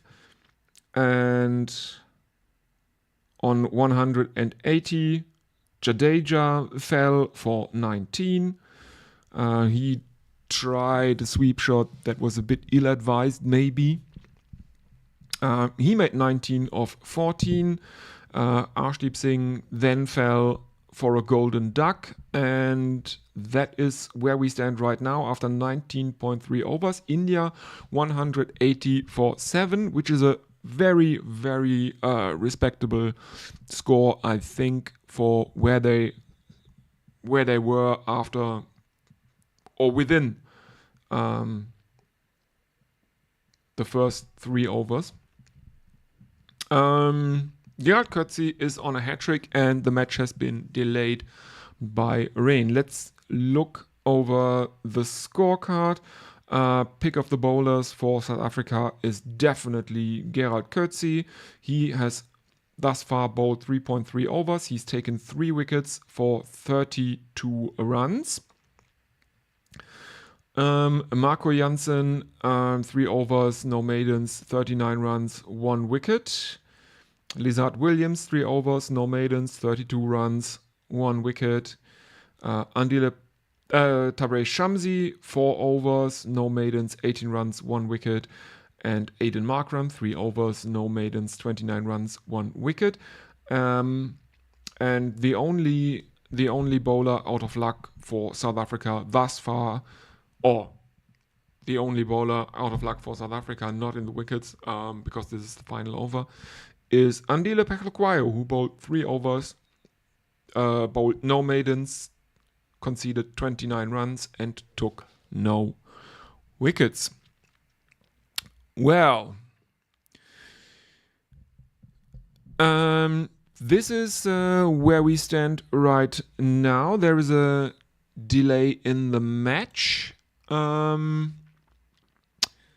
will see if anyone if there are any social media interactions. No, there's nothing in the YouTube chat.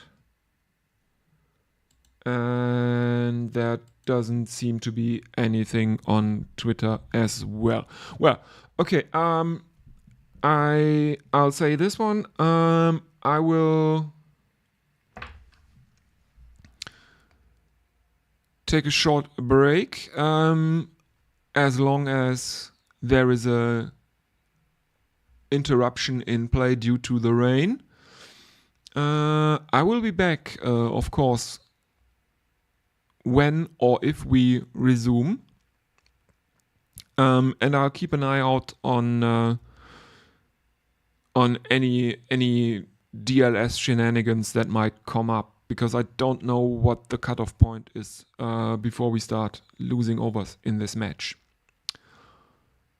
Well, thank you thus far for the attention, and I'll be back later.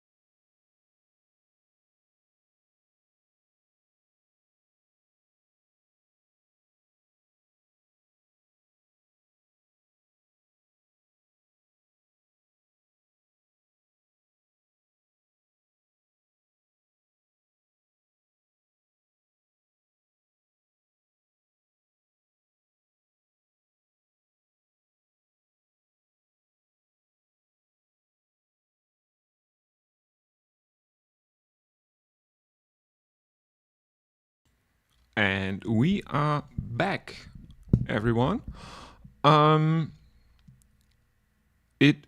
Play should resume in around 2 minutes.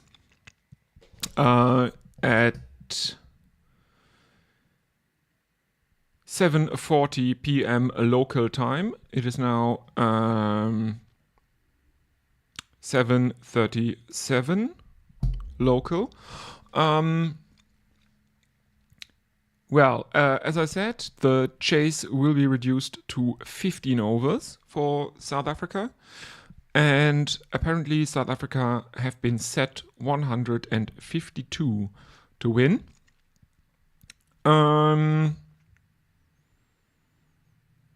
Power play will be 5 overs. And even though I do not have official word on that yet, I can only assume that 5 bowlers will be allowed to bowl 3 overs each. Would make sense, right? Yeah, and I have to apologize again for saying that Mohammad Siraj was not in the team. He is, of course, in the team. I just don't remember seeing his name on the team sheet beforehand. And Kuldeep Yadav was listed as the number 9 for India. Well, that was a bit of a scare there with the rain, but looks like we can get a match in, even though it is reduced. 152 for South Africa to win.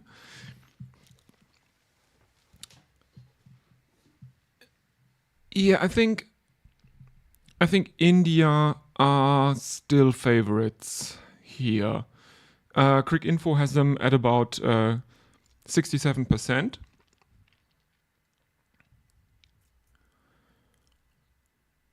And yeah, I think Mohammad Siraj should be a handful for the South African batsmen here, given how they were going along, at least in the early stages of the innings. There was a lot of swing.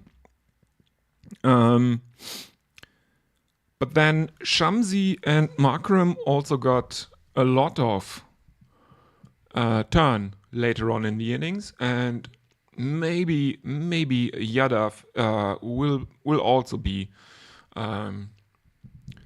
quite threatening here for the South African batsmen. And yes, the players are out in the middle. We do have Reza Hendricks in his 55th match, I think. Yes. He has a high score of 83 and an average of 31.73. Joining him out in the middle is Matthew Brezke. In his second match, he made 5 runs, has a high score of 5 and averages 5. And Mohammad Siraj is actually opening the bowling for India. First one is outside the off stump, and Hendricks gets an outside edge to that one. It is almost stopped by the fielder at third man,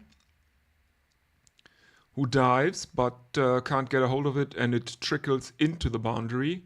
Yes, that is actually a misfield by Kuldeep Yadav, I think. So, first delivery, and South Africa are up and running. 4 for no loss. Hendricks on 4.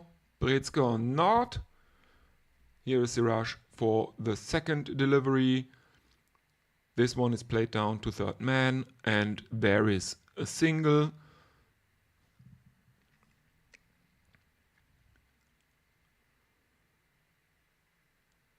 No, it looks to have been Mukesh. The TV is showing shots of Mukesh there holding his wrist.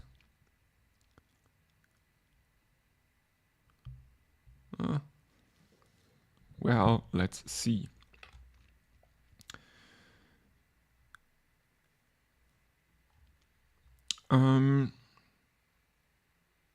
Next one is almost stop that slip for Siraj, but they get another single.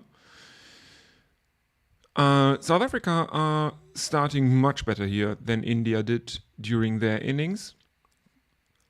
There is another outside edge, and this one is a chance at slip that is wasted.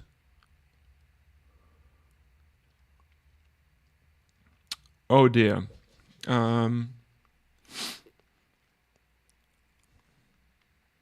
Well, next one is played through the covers by Reza Hendricks, and it's another 4. After 4 deliveries, South Africa are 10 for no loss. Yeah, Mohammad Siraj is coming over the wicket, bowling outside the off stump to Hendricks here, who drives this, and it runs away to the boundary. Now the 5th delivery coming up. Siraj stays over the wicket. This one is late cut by Hendricks, and it beats the slips, it beats third man. There is another 4. South Africa, after 0.5 overs, are 14 for none.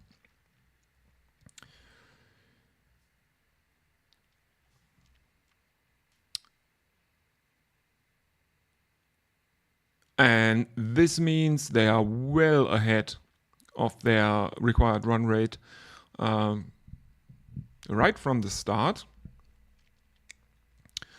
Final delivery of Mohammad Siraj's first over.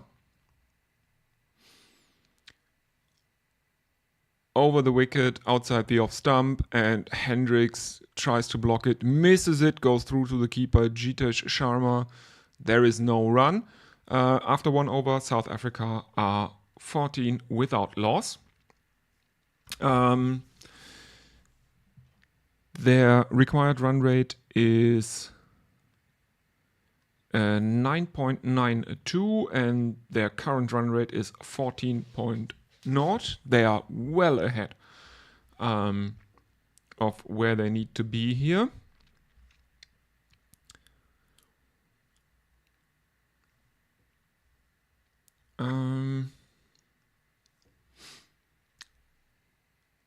What will Captain Surya Kumar Yadav do here?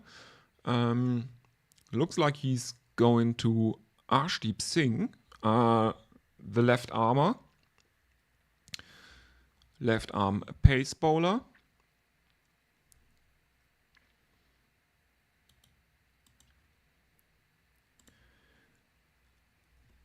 Singh so far has played 40 T20s, internationals, T20 internationals. He has 58 wickets. His average is 20.51.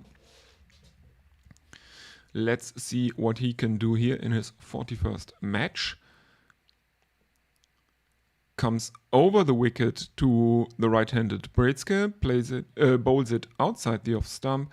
Brezke tries to flick that or block it into the offside or onside. Block it into the onside. It drops down at his feet, and he is sent back by his partner. There is no run. South Africa remain on 14 without loss.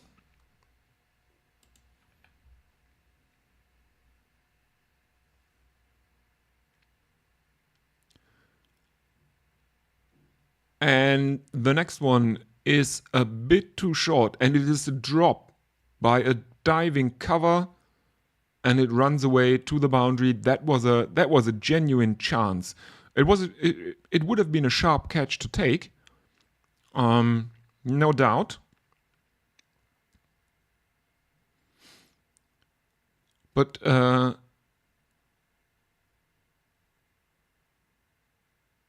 he really attempts a cross-batted flamingo shot, basically, and it's dropped at cover. 4 runs. Next one, a bit too leg-sidey from Arshdeep, and it is lofted over the boundary by Brezke for 6 runs.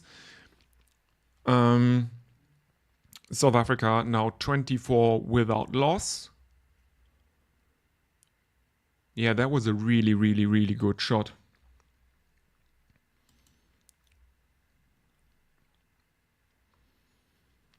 All right.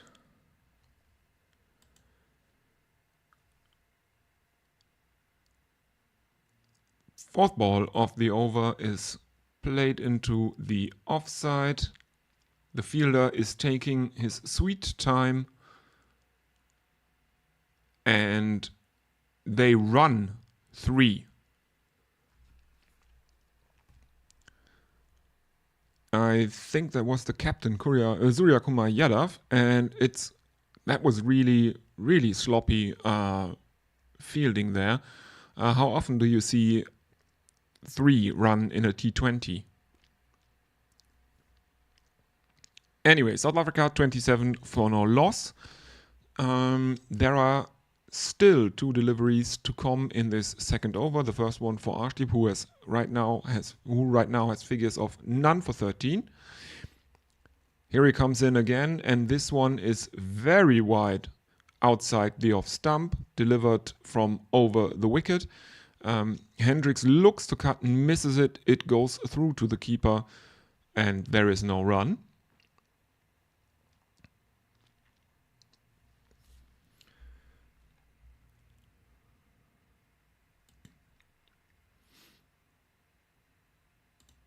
All right.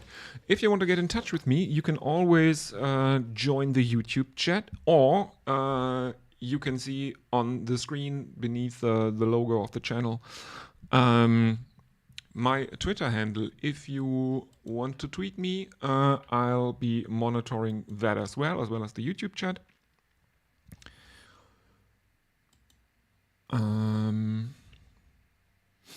Yeah, I mean, hello to Stephen McFall's name, or Stephen Kelk. Hello, Stephen, and welcome.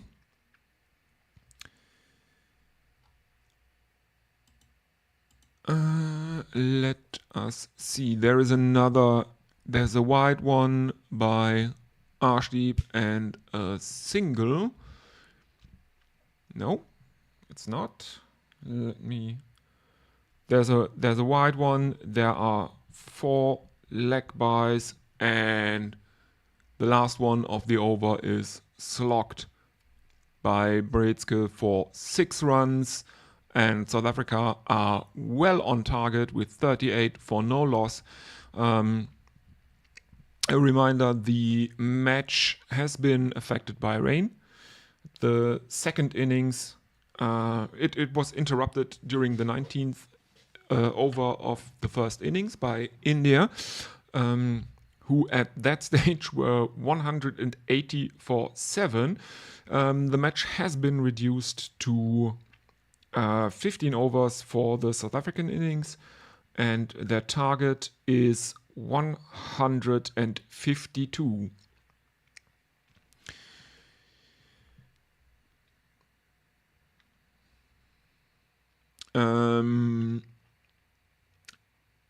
They are right now going along at 38, 15, at 19 and over right now, which is well ahead of the required rate, which is somewhere around 9.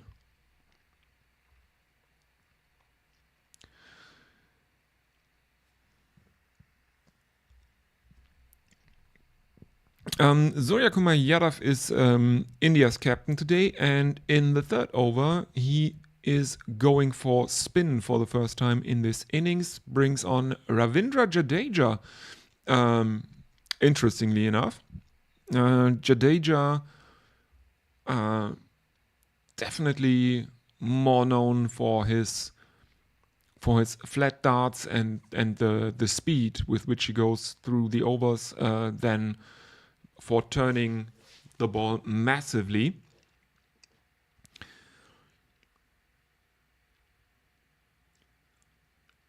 And the first two deliveries of Jadeja's first over produce singles for South Africa, who have now moved on to 40 for no loss. The third one is also taken for a single by the South African batsman.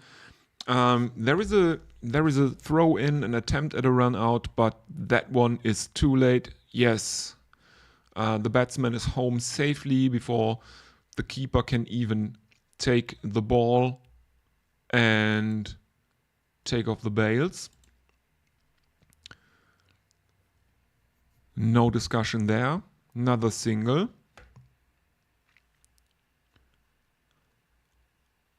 The fourth ball of the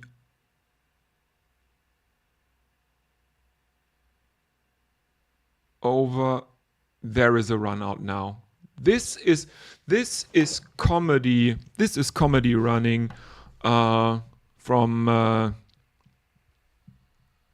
who's that?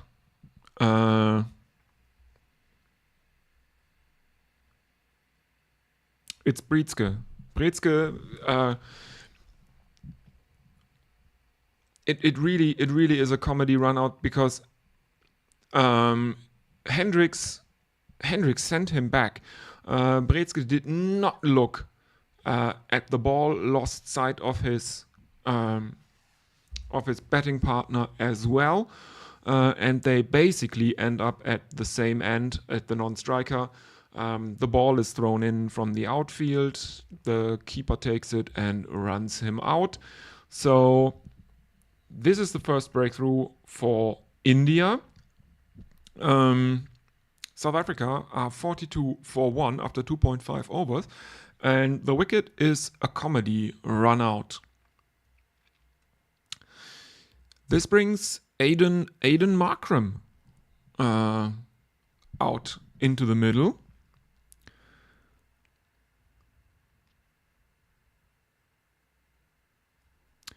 Markram at 3. What do we have? Do we have any? Yes, we do have social media. Stephen Kelk says that, i.e. South Africa, went off like a tracer bullet. Yeah. Can we talk about that Ravi Shastri cliche about tracer bullets?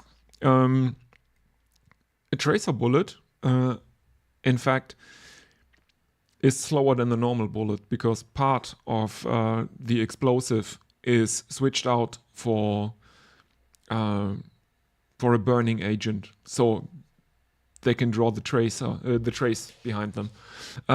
So there's less of an explosion inside the weapon, and therefore the velocity of the bullet is reduced actually compared to a normal bullet. Yes. Well, I mean, South Africa are still well underway here. One wicket should not discourage them, even though it was a really, really stupid wicket. We have Mukesh Kumar into the attack now for India. The right arm medium pace bowler. And there is a slip for Mukesh.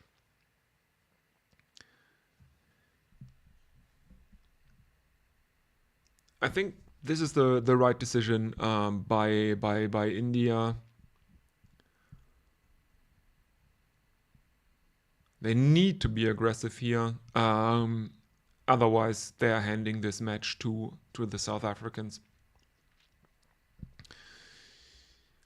The first two balls of Mukesh's first over result in dot balls.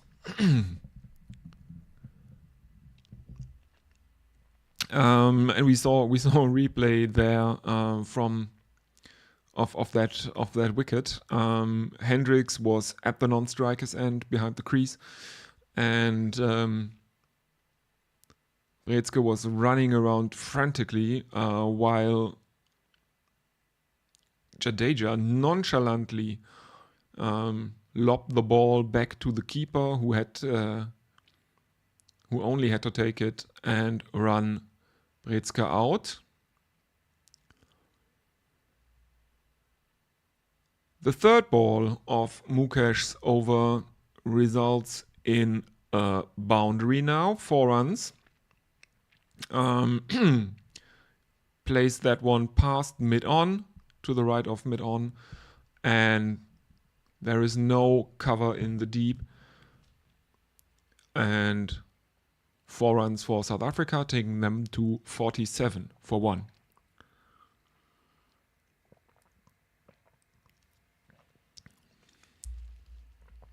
Next delivery, lofted drive off a ball outside the off stump from Mukesh, and that one bounces once for another 4. Lofted off drive. Going down the ground relatively straight. And that is another 4 to Markram.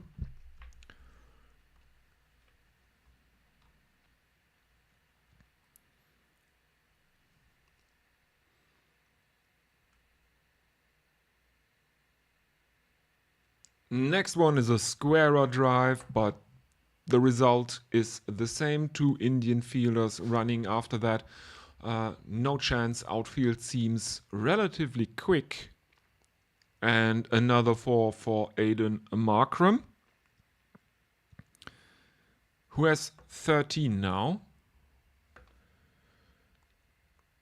13 of 6. If I'm not mistaken, it's a bit yes, 13 of 6. The graphics overlay is a bit too concerned with the target and how many balls remain and stuff like that. And Markram takes a single to end the over. South Africa are now 56 for 1. 13 runs of this Mukesh over in pursuit of 152. The target is now in double digits. It is 96 runs still required for South Africa to win this match.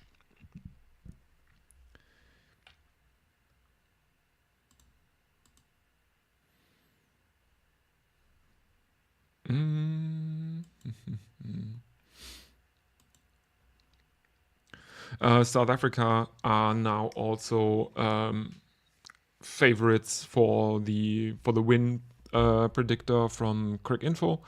South Africa have 81.86% win probability now, and Kuldeep Yadav is to continue for India.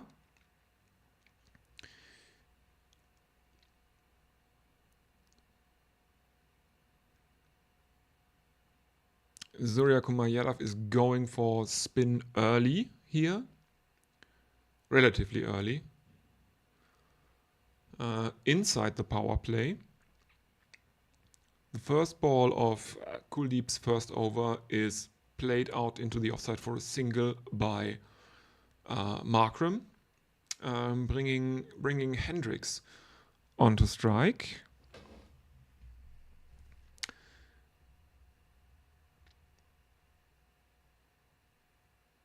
And Kuldeep is bowling left arm over the wicket to Hendricks, who plays this out into the offside, beating the field.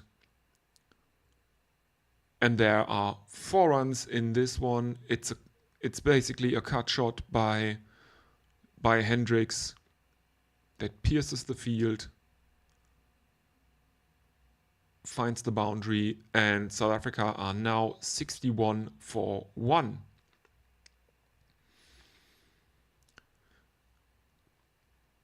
Next one is played by Hendricks to mid-on. There is no run.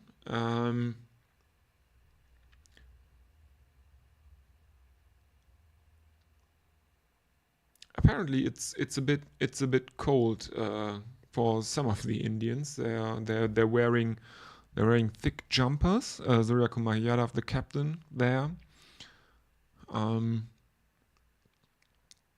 in a thick jumper in the field,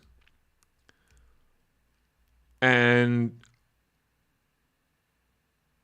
again, Kuldeep coming in and Hendricks top edging that one into the leg side, but it falls into no man's land, and they can take a couple.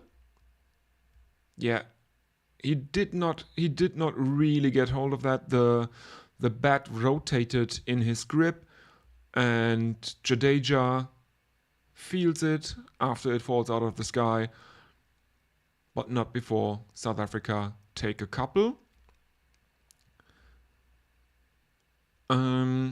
Next delivery, the 5th one, is played to backward square leg, where it is fielded. They are thinking about taking a single, but decide against it.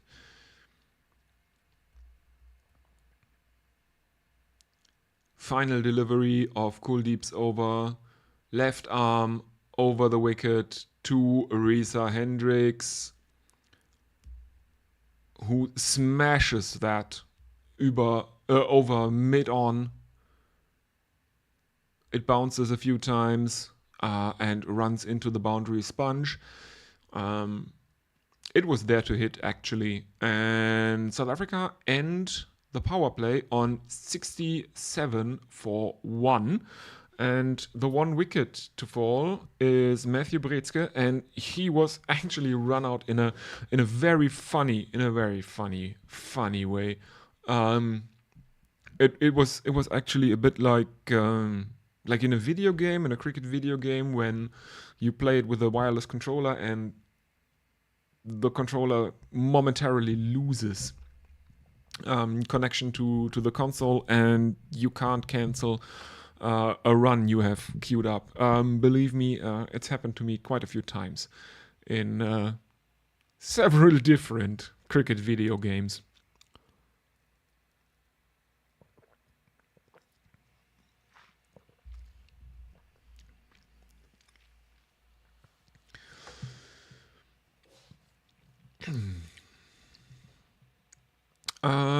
Arshdeep to continue, left arm over the wicket to the right-handed Markram, who cuts this out into the offside. There is a single.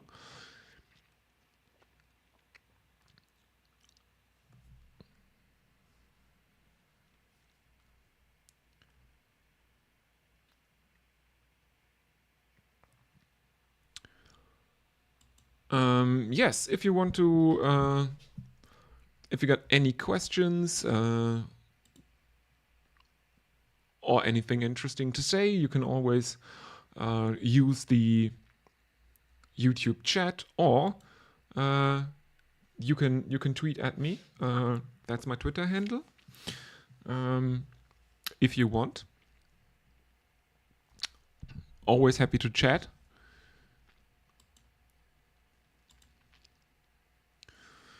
Oh dear, my feed is a bit unstable right now. Let me see.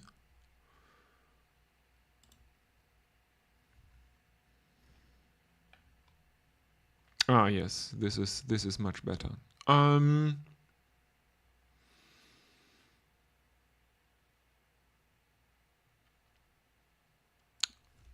And apparently South Africa, after 5.2 overs now, are 68 for 1.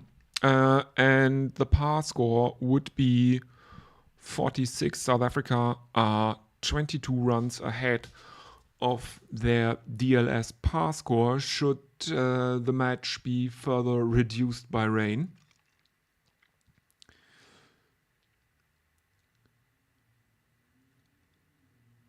Arshdeep is coming over the wicket to Hendricks, and it's just short of a good length outside the off stump, and Hendricks cuts that to the boundary for another 4 runs.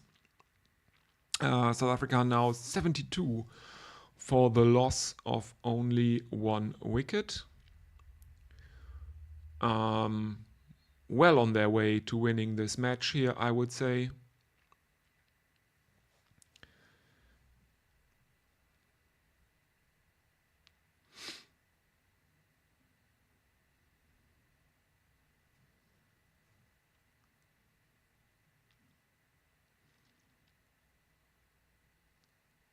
And another 4 from Hendricks, who is now 39 of 18. His partner, Aiden Markram, is 16 of 9.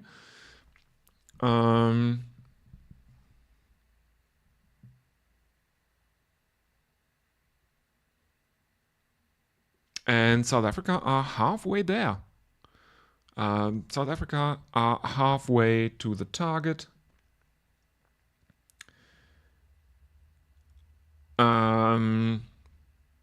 After not even 6 of 15 overs.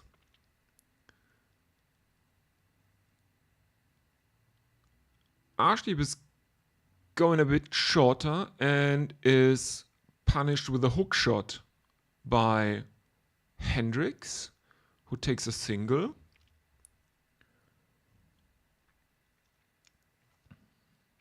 Bringing Markram back onto strike, and now South Africa are 25 runs ahead of their DLS par score here. They need 75 of 55 as Markram ends the 6th over with a cut for a single. South Africa 78 for 1. With Aiden Markram on 17 of 10 and Reza Hendricks on 40 of 19. Arshdeep Singh has figures of none for 31 and Kuldeep Yadav has figures of none for 11. South Africa's current run rate is 13. Their required run rate is 8.22. And they have taken another strategic timeout, which I will also do, and I will be back with you very, very shortly.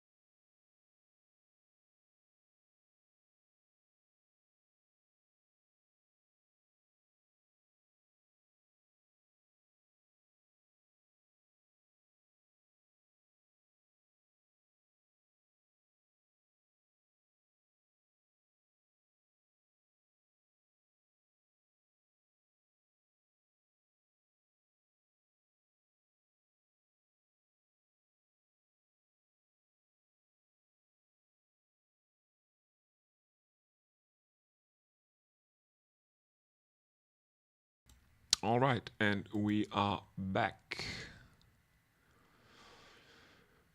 There is a bit of chat going on around the ball, and yes, it is to be replaced.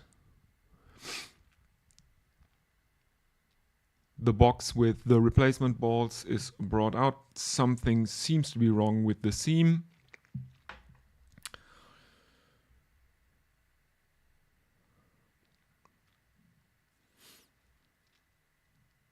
Or it might be the issue might be that the ball is too wet, and Surya Kumar Yadav has convinced the umpire to change it.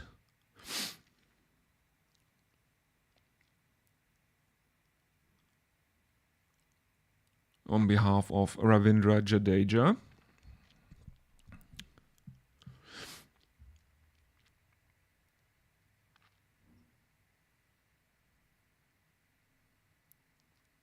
After 6.3 overs, South Africa are 84 for 1.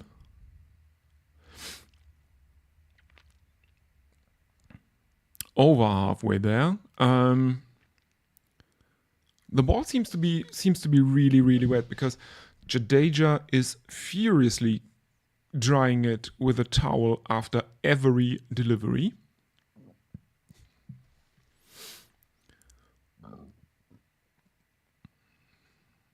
But he seems to be only partially successful here.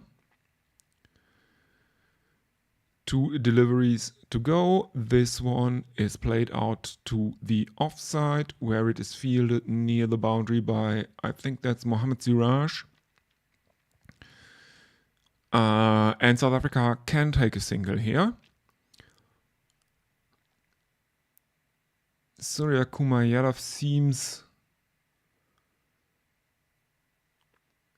a bit like his heart is not really in this match. He seems a bit disinterested. And Markram ends the over with another single. Jadeja, after 2 overs, figures of none for 14. South Africa 87 for 1.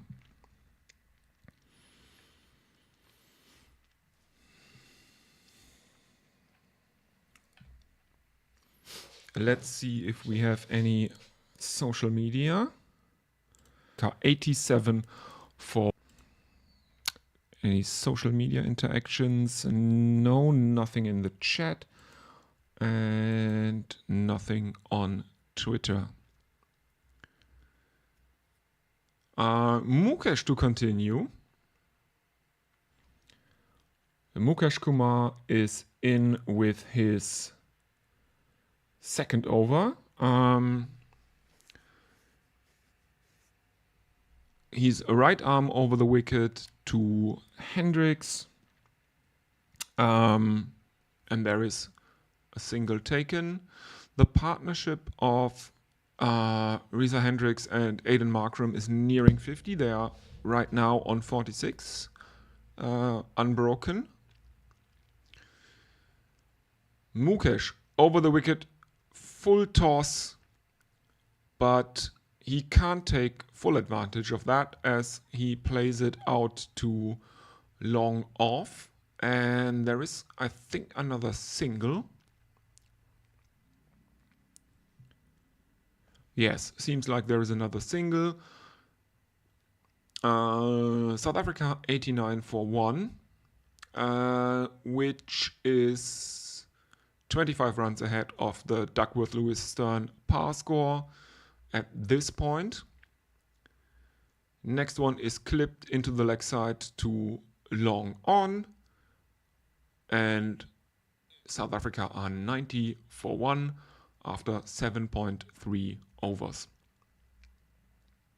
Halfway mark of the innings, overs-wise.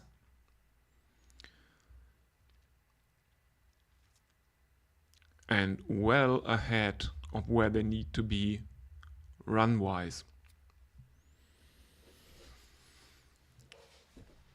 Fourth ball of the over from Mukesh. Another filthy low toss, full toss, and this one he takes full advantage of.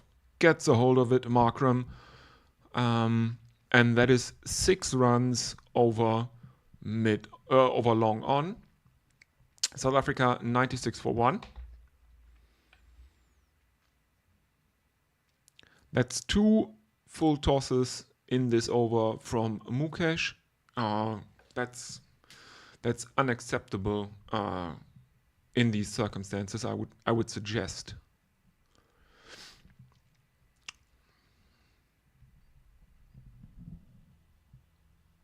And Surya Kumar Yadav can only make a face to that.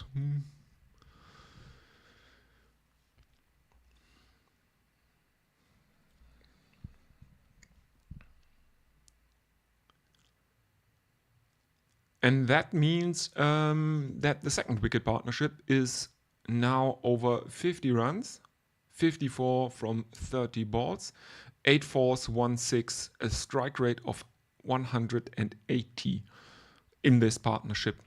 Mukesh in for another one, and this one is shorter, and Markram hits that out to long on. It's caught on the boundary, literally 30 centimeters out from the boundary sponge. It's caught by Mohammad Siraj, and that means Aiden Markram is out, caught Mohammad Siraj, bowled Mukesh Kumar for 30 of 17 balls. South Africa lose their second wicket on 96 for 2.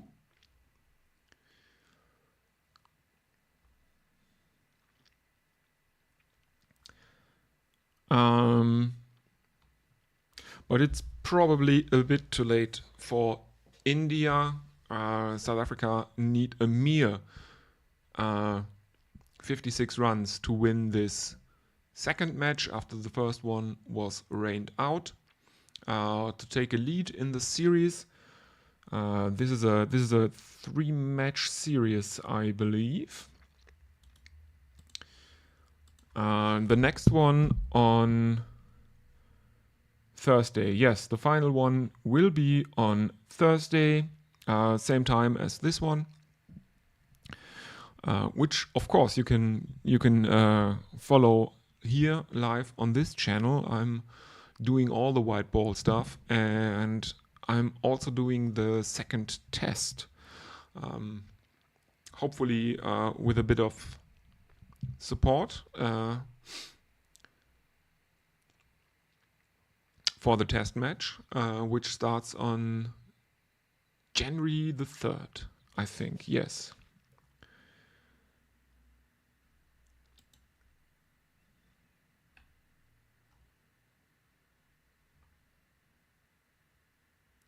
Yes, there are 3 ODIs which I will be covering as well here on the channel.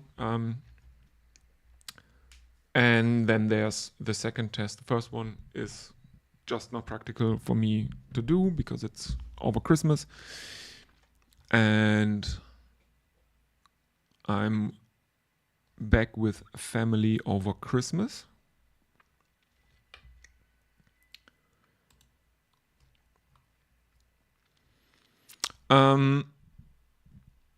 So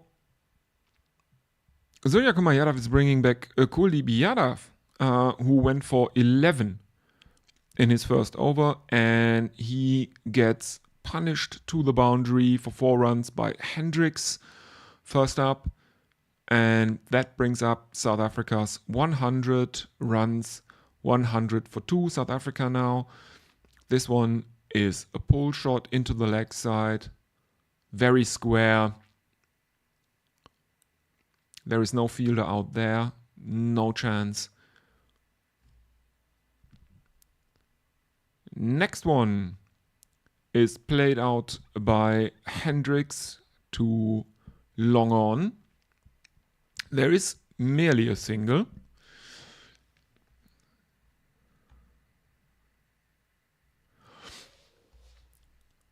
But but South Africa are almost so far ahead. They're almost at a required run rate of 6. The next one to Klaassen is swept into the leg side,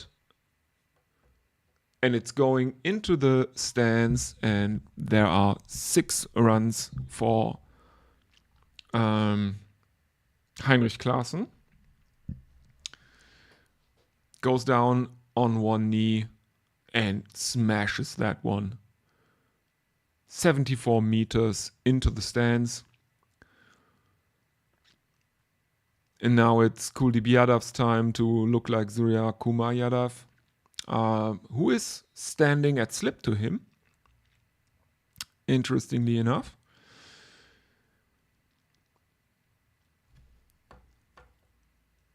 And the 4th ball of the over is fielded on the ring, and there is a single. Hendricks on strike on 49. Here's a chance to bring up his 50. He tries to cut one. It's fielded at point, though. And there is a dot ball. South Africa remaining on 108 for 2, and Hendricks still on 49. Kuldeep left arm over the wicket, and this one is caught. This one is caught by Surya Kumar Yadav. Has to be Surya Kumar Yadav, who's standing at point right now. Or at cover. At cover. He's standing at cover. Yes. And he can't believe it. It's a reflex catch.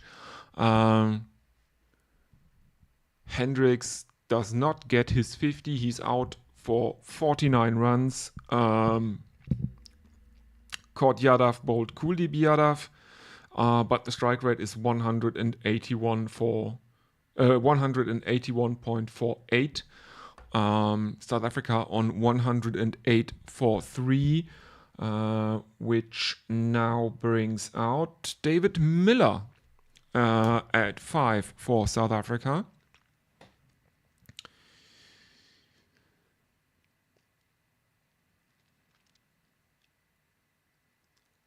Is there still life left in this game? That would be quite amazing.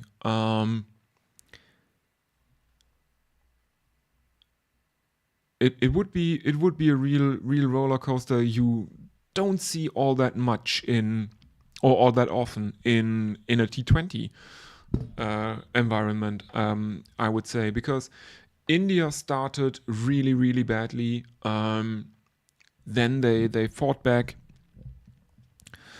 In the end, South Africa were able to wrest a bit of control back. The first innings was ended by rain with Gerald Coetzee on a hat-trick. After that, the Indian bowling started terribly. South Africa raced ahead, and Mohammad Siraj is back into the attack, and he gets Heinrich Klaassen to sky one, and that's caught by Jaiswal. And Heinrich Klaassen has to go for 7 runs. Caught Jaiswal, bowled Mohammad Siraj at a strike rate of 140. Caught on the boundary, and South Africa are 108 for 4.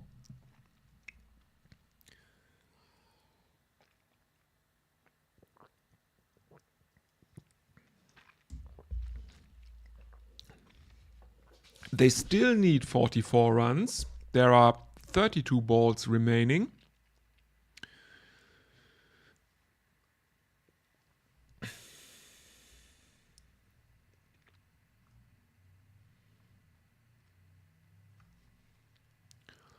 And The wicket of Klaassen now brings out Tristan Stubbs in his 17th match. He has a high score of 72 and an average of 20.45.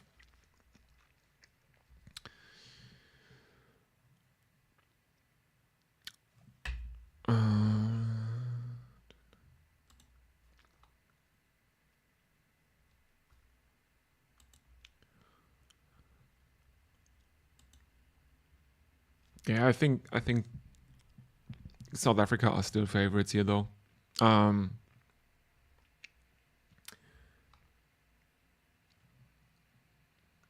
Even these two wickets were probably too little, too late for India to make a match out of this one.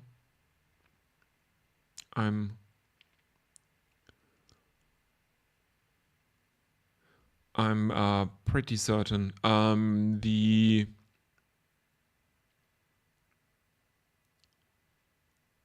The run out, of course, was very funny, but I think the second wicket partnership of over 50 runs at a very good clip was probably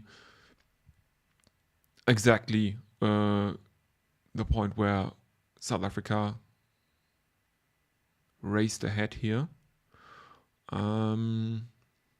As we are seeing a Mukesh Kumar drying his hands. Siraj has not conceded a run thus far in the over. Taken a wicket, and now there's one. It's a bit leg-sidey, and Stubbs hacks at it, misses it, but so does Jitesh Sharma as well. And it's running away to the boundary for 4 byes. South Africa 112 for 4 after 10 overs. They still need 36 runs, but they have 5 overs to do so. 40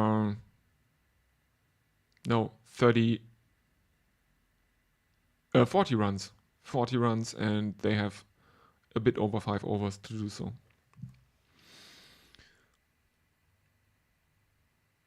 Final delivery, and that one is too short, and it is pulled by Stubbs.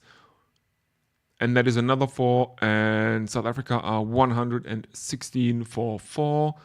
And that means now they need 36 runs, and they have 30 deliveries left to get them.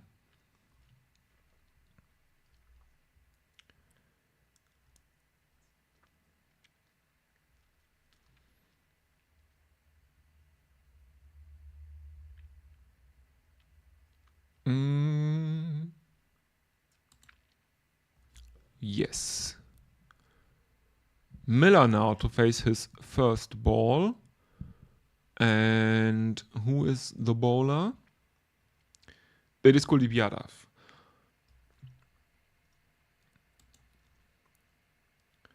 11th over, David Miller is set to face his first delivery. The bowler is Gqeberha, who starts his third now.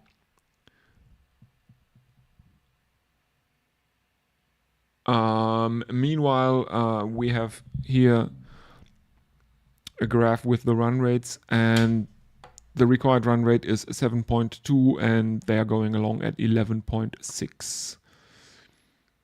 First ball of the over is on a good length, I think. Yes, on a good length, and played into the leg side, but there's no run.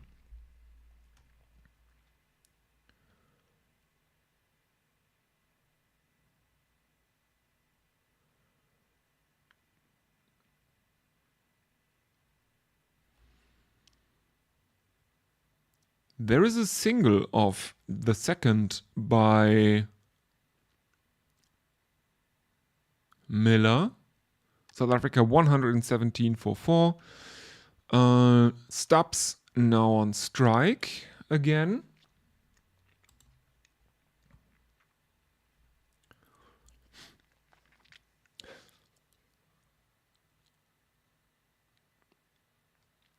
The Indian bowling attack here is not in an enviable position, I would think, because they can't. There's no way they can allow any loose balls from here on. No looseners, absolutely nothing. Even if they can keep them to singles, it's going to be hard work here. As this one is tossed up a bit and it is played out to a long on by Stubbs.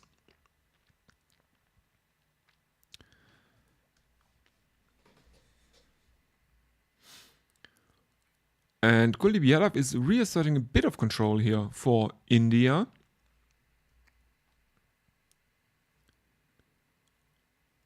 As the next one is fielded at mid-wicket, there is no run.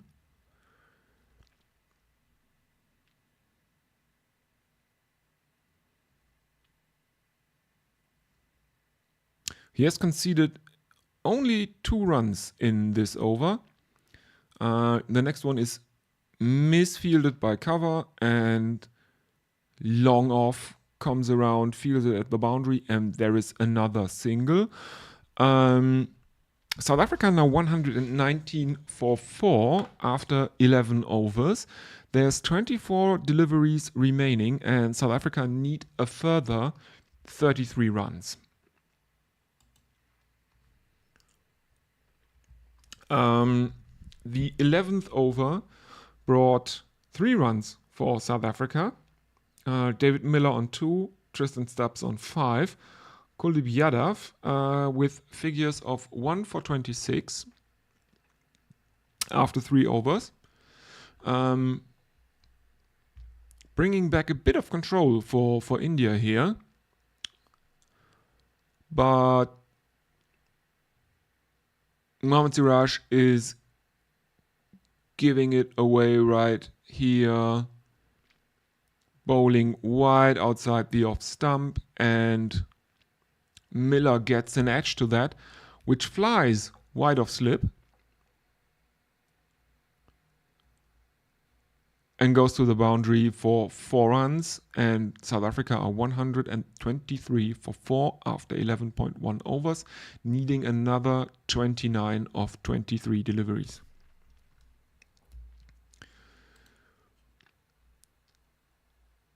Siraj in, right arm over the wicket to the left-handed Stubbs. No, Miller to the left-handed Miller, bowling it outside of stump, and this is played to mid-on by Miller, and they take a single. 28 of 22 required for South Africa.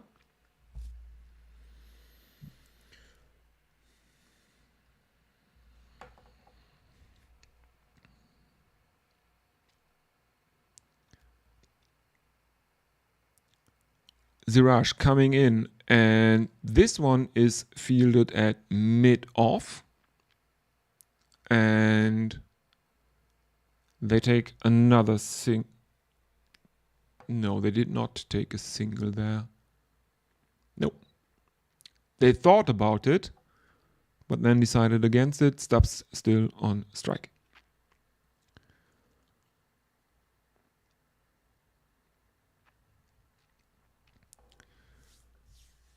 Mohammad Siraj is now also drying the ball after basically every delivery. The outfield seems to be really, really, really wet. Mohammad Siraj in to Stubbs. This one is fielded at backward point, but the South African batsmen take a single here. 27 of 20 required. All the Indian bowlers now are helping out with drying the ball. Ravindra Jadeja, who fielded that one, gets it out immediately and rubs the ball.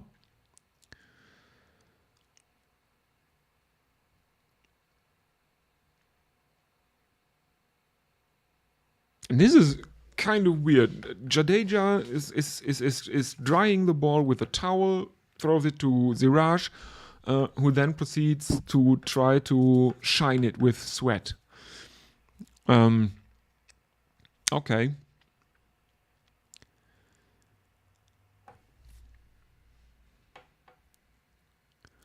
There's another single into the offside here. No, this is 2 runs. There's a kind of a misfield by the player out there. He stops the ball, but he doesn't get a hand to it. It's along the ground. He dives and just kind of stops it with his belly.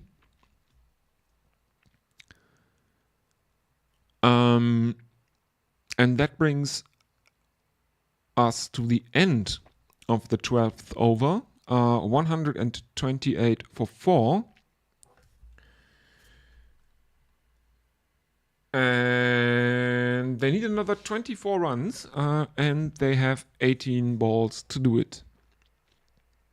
3 overs left.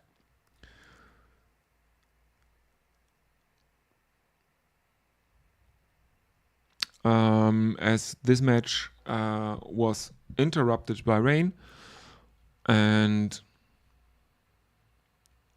the Indian innings ended after 19.3 overs, with India on 180 for 7. Then the rain came down, and the South African innings has been reduced to 15 overs. The target set by DLS is 152. South Africa still have 3 overs left, and they need to make 24 runs in them.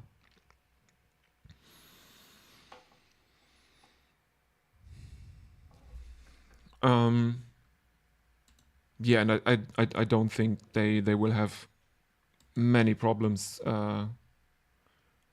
getting the runs.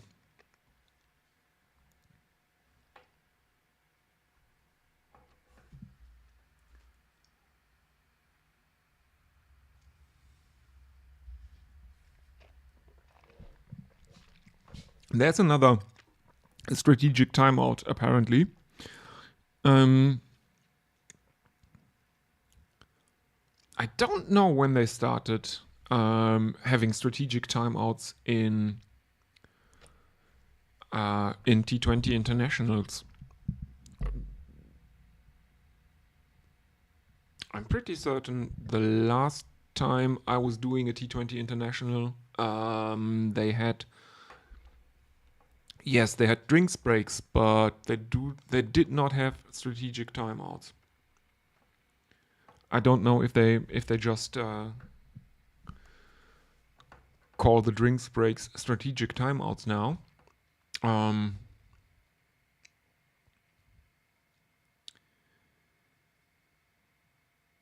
Yeah. Anyway, South Africa are 24 away from a victory. We have David Miller on 10 and Tristan Stubbs on 6. And it looks like Mukesh Kumar is coming back for his... let me see. Should be his 3rd over. should be the final one for him. But let's see.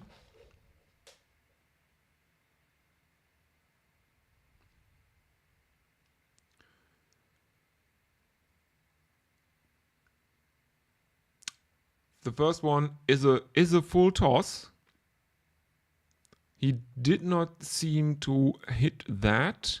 There is an appeal by the bowler for LBW. Captain Suryakumar Yadav in consultation with his bowler, and he's taken a review. There is a review for LBW of a full toss from Mukesh Kumar.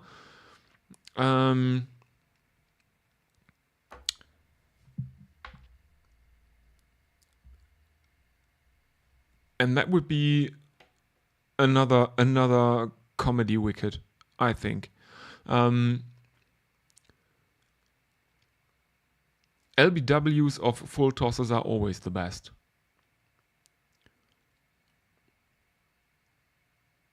Yes, it hits him just above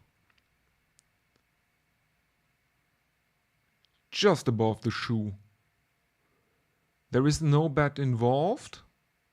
There's a big spike on Ultra Edge when it thunders into the pad.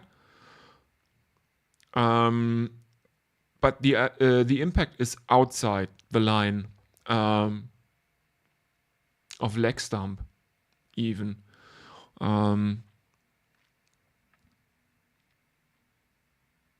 So not out, and the review is lost. South Africa still on 128 for 4.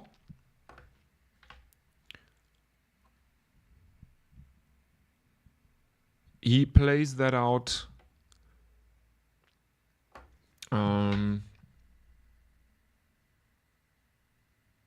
into the leg side, where it's fielded by mid-on, and there is a no ball called.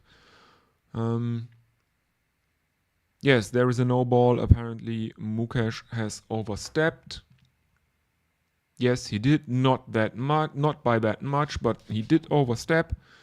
There's a free hit now coming up for Tristan Stubbs, who is on 6 of 8. South Africa 130 for 4. There's a free hit for Tristan Stubbs coming up off Mukesh Kumar.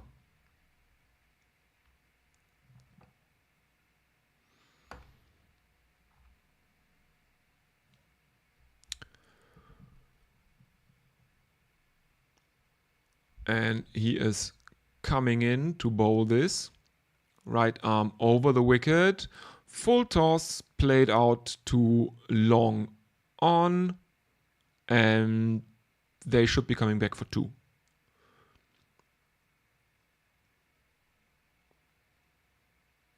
Yes, they've been coming back for 2 runs. Stubbs 8 of 9. South Africa need 20 of 16.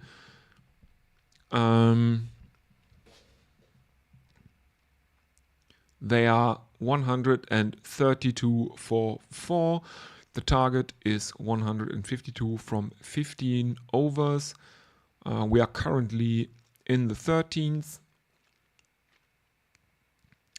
And Mukesh Kumar is coming in for the 3rd legal delivery of the over, which Stubbs plays out for a single. South Africa need 19 of 15.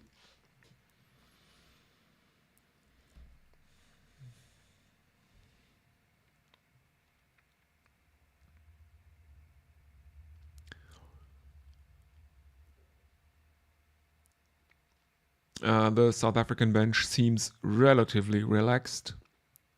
Mukesh Kumar in for the final delivery of his over, and this is another full toss, and Miller plays almost like an almost Dhoni-like helicopter shot, and that goes away for 6 runs into the stands. And South Africa are 139 for 4.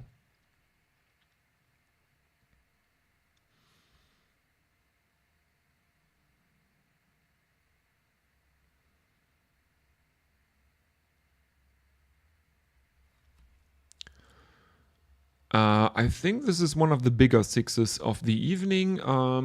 Apparently, that one was 86 meters.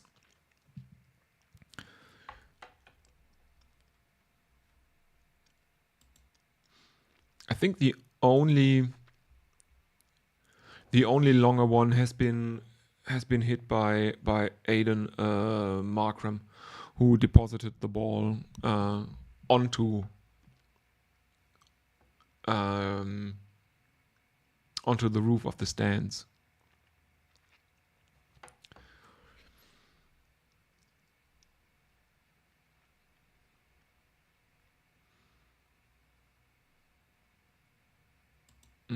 Oh, my stream is breaking down. Oh, okay.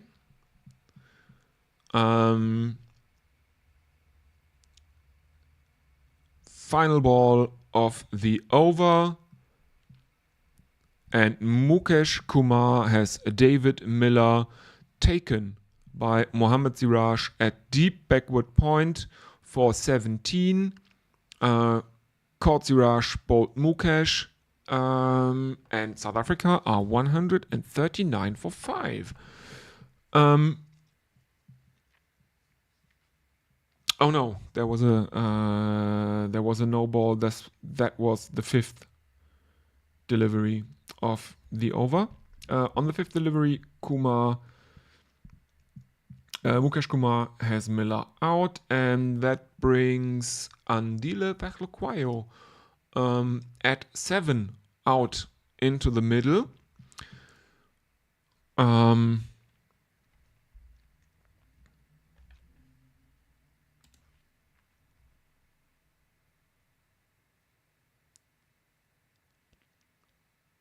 He's taking guard now. 1 ball to survive for him. In his 39th match, he has 150 runs, a high score of 27 not out, and an average of 10.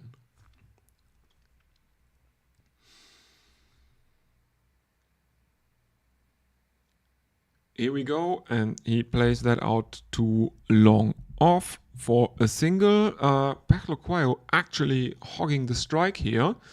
And with 2 overs to go, South Africa are 140 for 5. We are at 12 needed of 12. South Africa need to go at a run a ball here to win this T20, this rain shortened T20.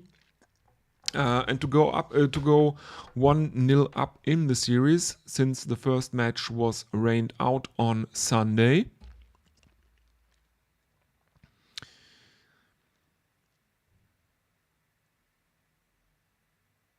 And what will India do?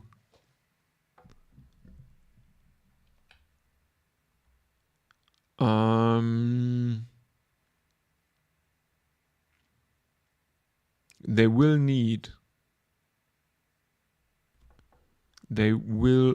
I think, a Jadeja over.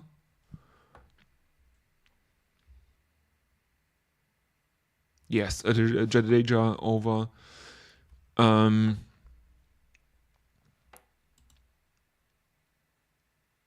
He's back to rein in the runs, probably. Pachlukwayo on strike, Jadeja round the wicket, and Pachlukwayo pulls that into the leg side where it is fielded, and they take a single, bringing Tristan Stubbs back onto strike. 11 needed of 11.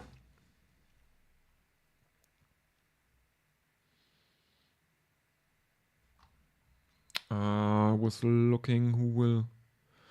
Yes, probably. Yeah, the last over will have to be bowled by Arshdeep Singh as Stubbs dutifully punishes Jadeja for 4 runs.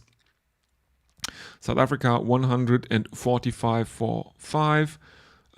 7 away from winning this match now.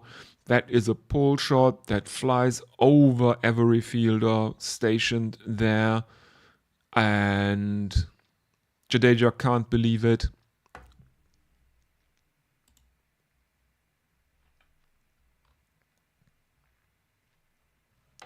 Jadeja can't believe it. Next one is a single from Stubbs, bringing Fekhlokwayo back onto strike. He's 2 of 2. Stubbs is 14 of 12. And a not very convincing looking shot to deep fine leg from Fekhlokwayo.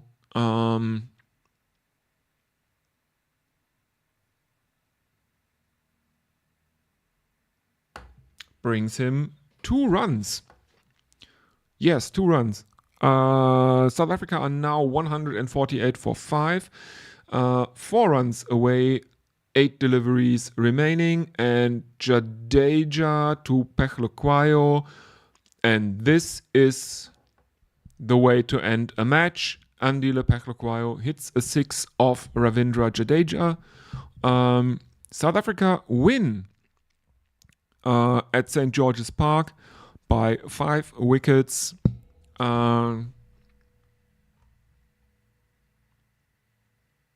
With 7 balls remaining in a rain-affected match. Let's go through the scorecard of South Africa's innings. We have Matthew Brezke, 16, run out Tilak Varma, Jadeja, and Jitesh Sharma. Reza Hendricks caught Yadav, Reza Hendricks caught Yadav, bowled Kuldeep Yadav for 49. Matthew Brezke run out Tilak Varma, Jadeja, Sharma, 16. Aiden Markram caught Mohammad Siraj, bowled Mukesh Kumar 30. Heinrich Klaasen caught Jaiswal, bowled Mohammad Siraj 7. David Miller caught Mohammad Siraj, bowled Mukesh Kumar 17. Tristan Stubbs not out 14. Andile Fekhlokwayo not out 10. There were 11 extras. 4 byes, 4 leg byes, 1 no ball and 2 wides. That's 154 of 4-5 at a run rate of 11.13 in 13.5 overs. The bowling card. Mohammad Siraj, 3 overs, no maidens, 27 runs, 1 wicket. Arshdeep Singh, 2 overs, no maidens, 31 runs, no wicket. Ravindra Jadeja, 2.5 overs, no maidens, 28 runs, no wickets, economy 9.88. Mukesh Kumar, 3 overs, no maidens, 34 runs, 2 wickets. And Kuldeep Yadav, 3 overs, no maidens, 26 runs and 1 wicket. Well, what can we say here? South Africa today definitely the better team. Let's just say that the Indian batsmen were a bit unsure of themselves. Maybe both openers gone for ducks. Then a bit of a rescue job in the middle order before the tail kind of collapsed, or would have collapsed even worse if not for the rain.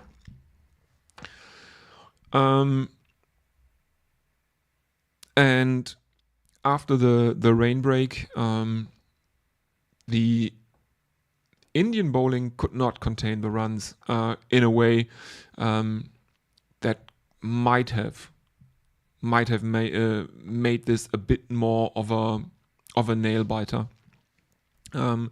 There was a comedy run out, of course. That's always fun. All in all, it's kind of encouraging for the Indian bowlers that they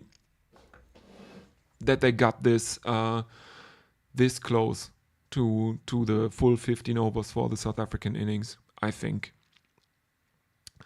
Let's just check some social media. Matley says, thanks for the coverage, love and sausages. And he has a meeting about to start. Yes. So, what is going on? Of course, today there's more cricket coming your way if you are so inclined. There is the first T20 of the England tour of the West Indies, which starts in about 3 hours. You can follow all that action over on Gorilla Cricket, gorillacricket.com or Gorilla Cricket here on YouTube, but I think you know all of that. The now deciding T20 International in this series is on Thursday. It's from Johannesburg, I think. Might as well be rain affected, but I will be covering it here nonetheless. Absolutely, yes. It is on Thursday, the 14th of December at 4 p.m. my time, which is Central European time. Yes, thank you very, very much, everyone, for keeping me company, for all the attention. And I'll say goodbye, good night. And if you want, we'll see you again on Thursday. Thank you very, very much. Bye, everyone.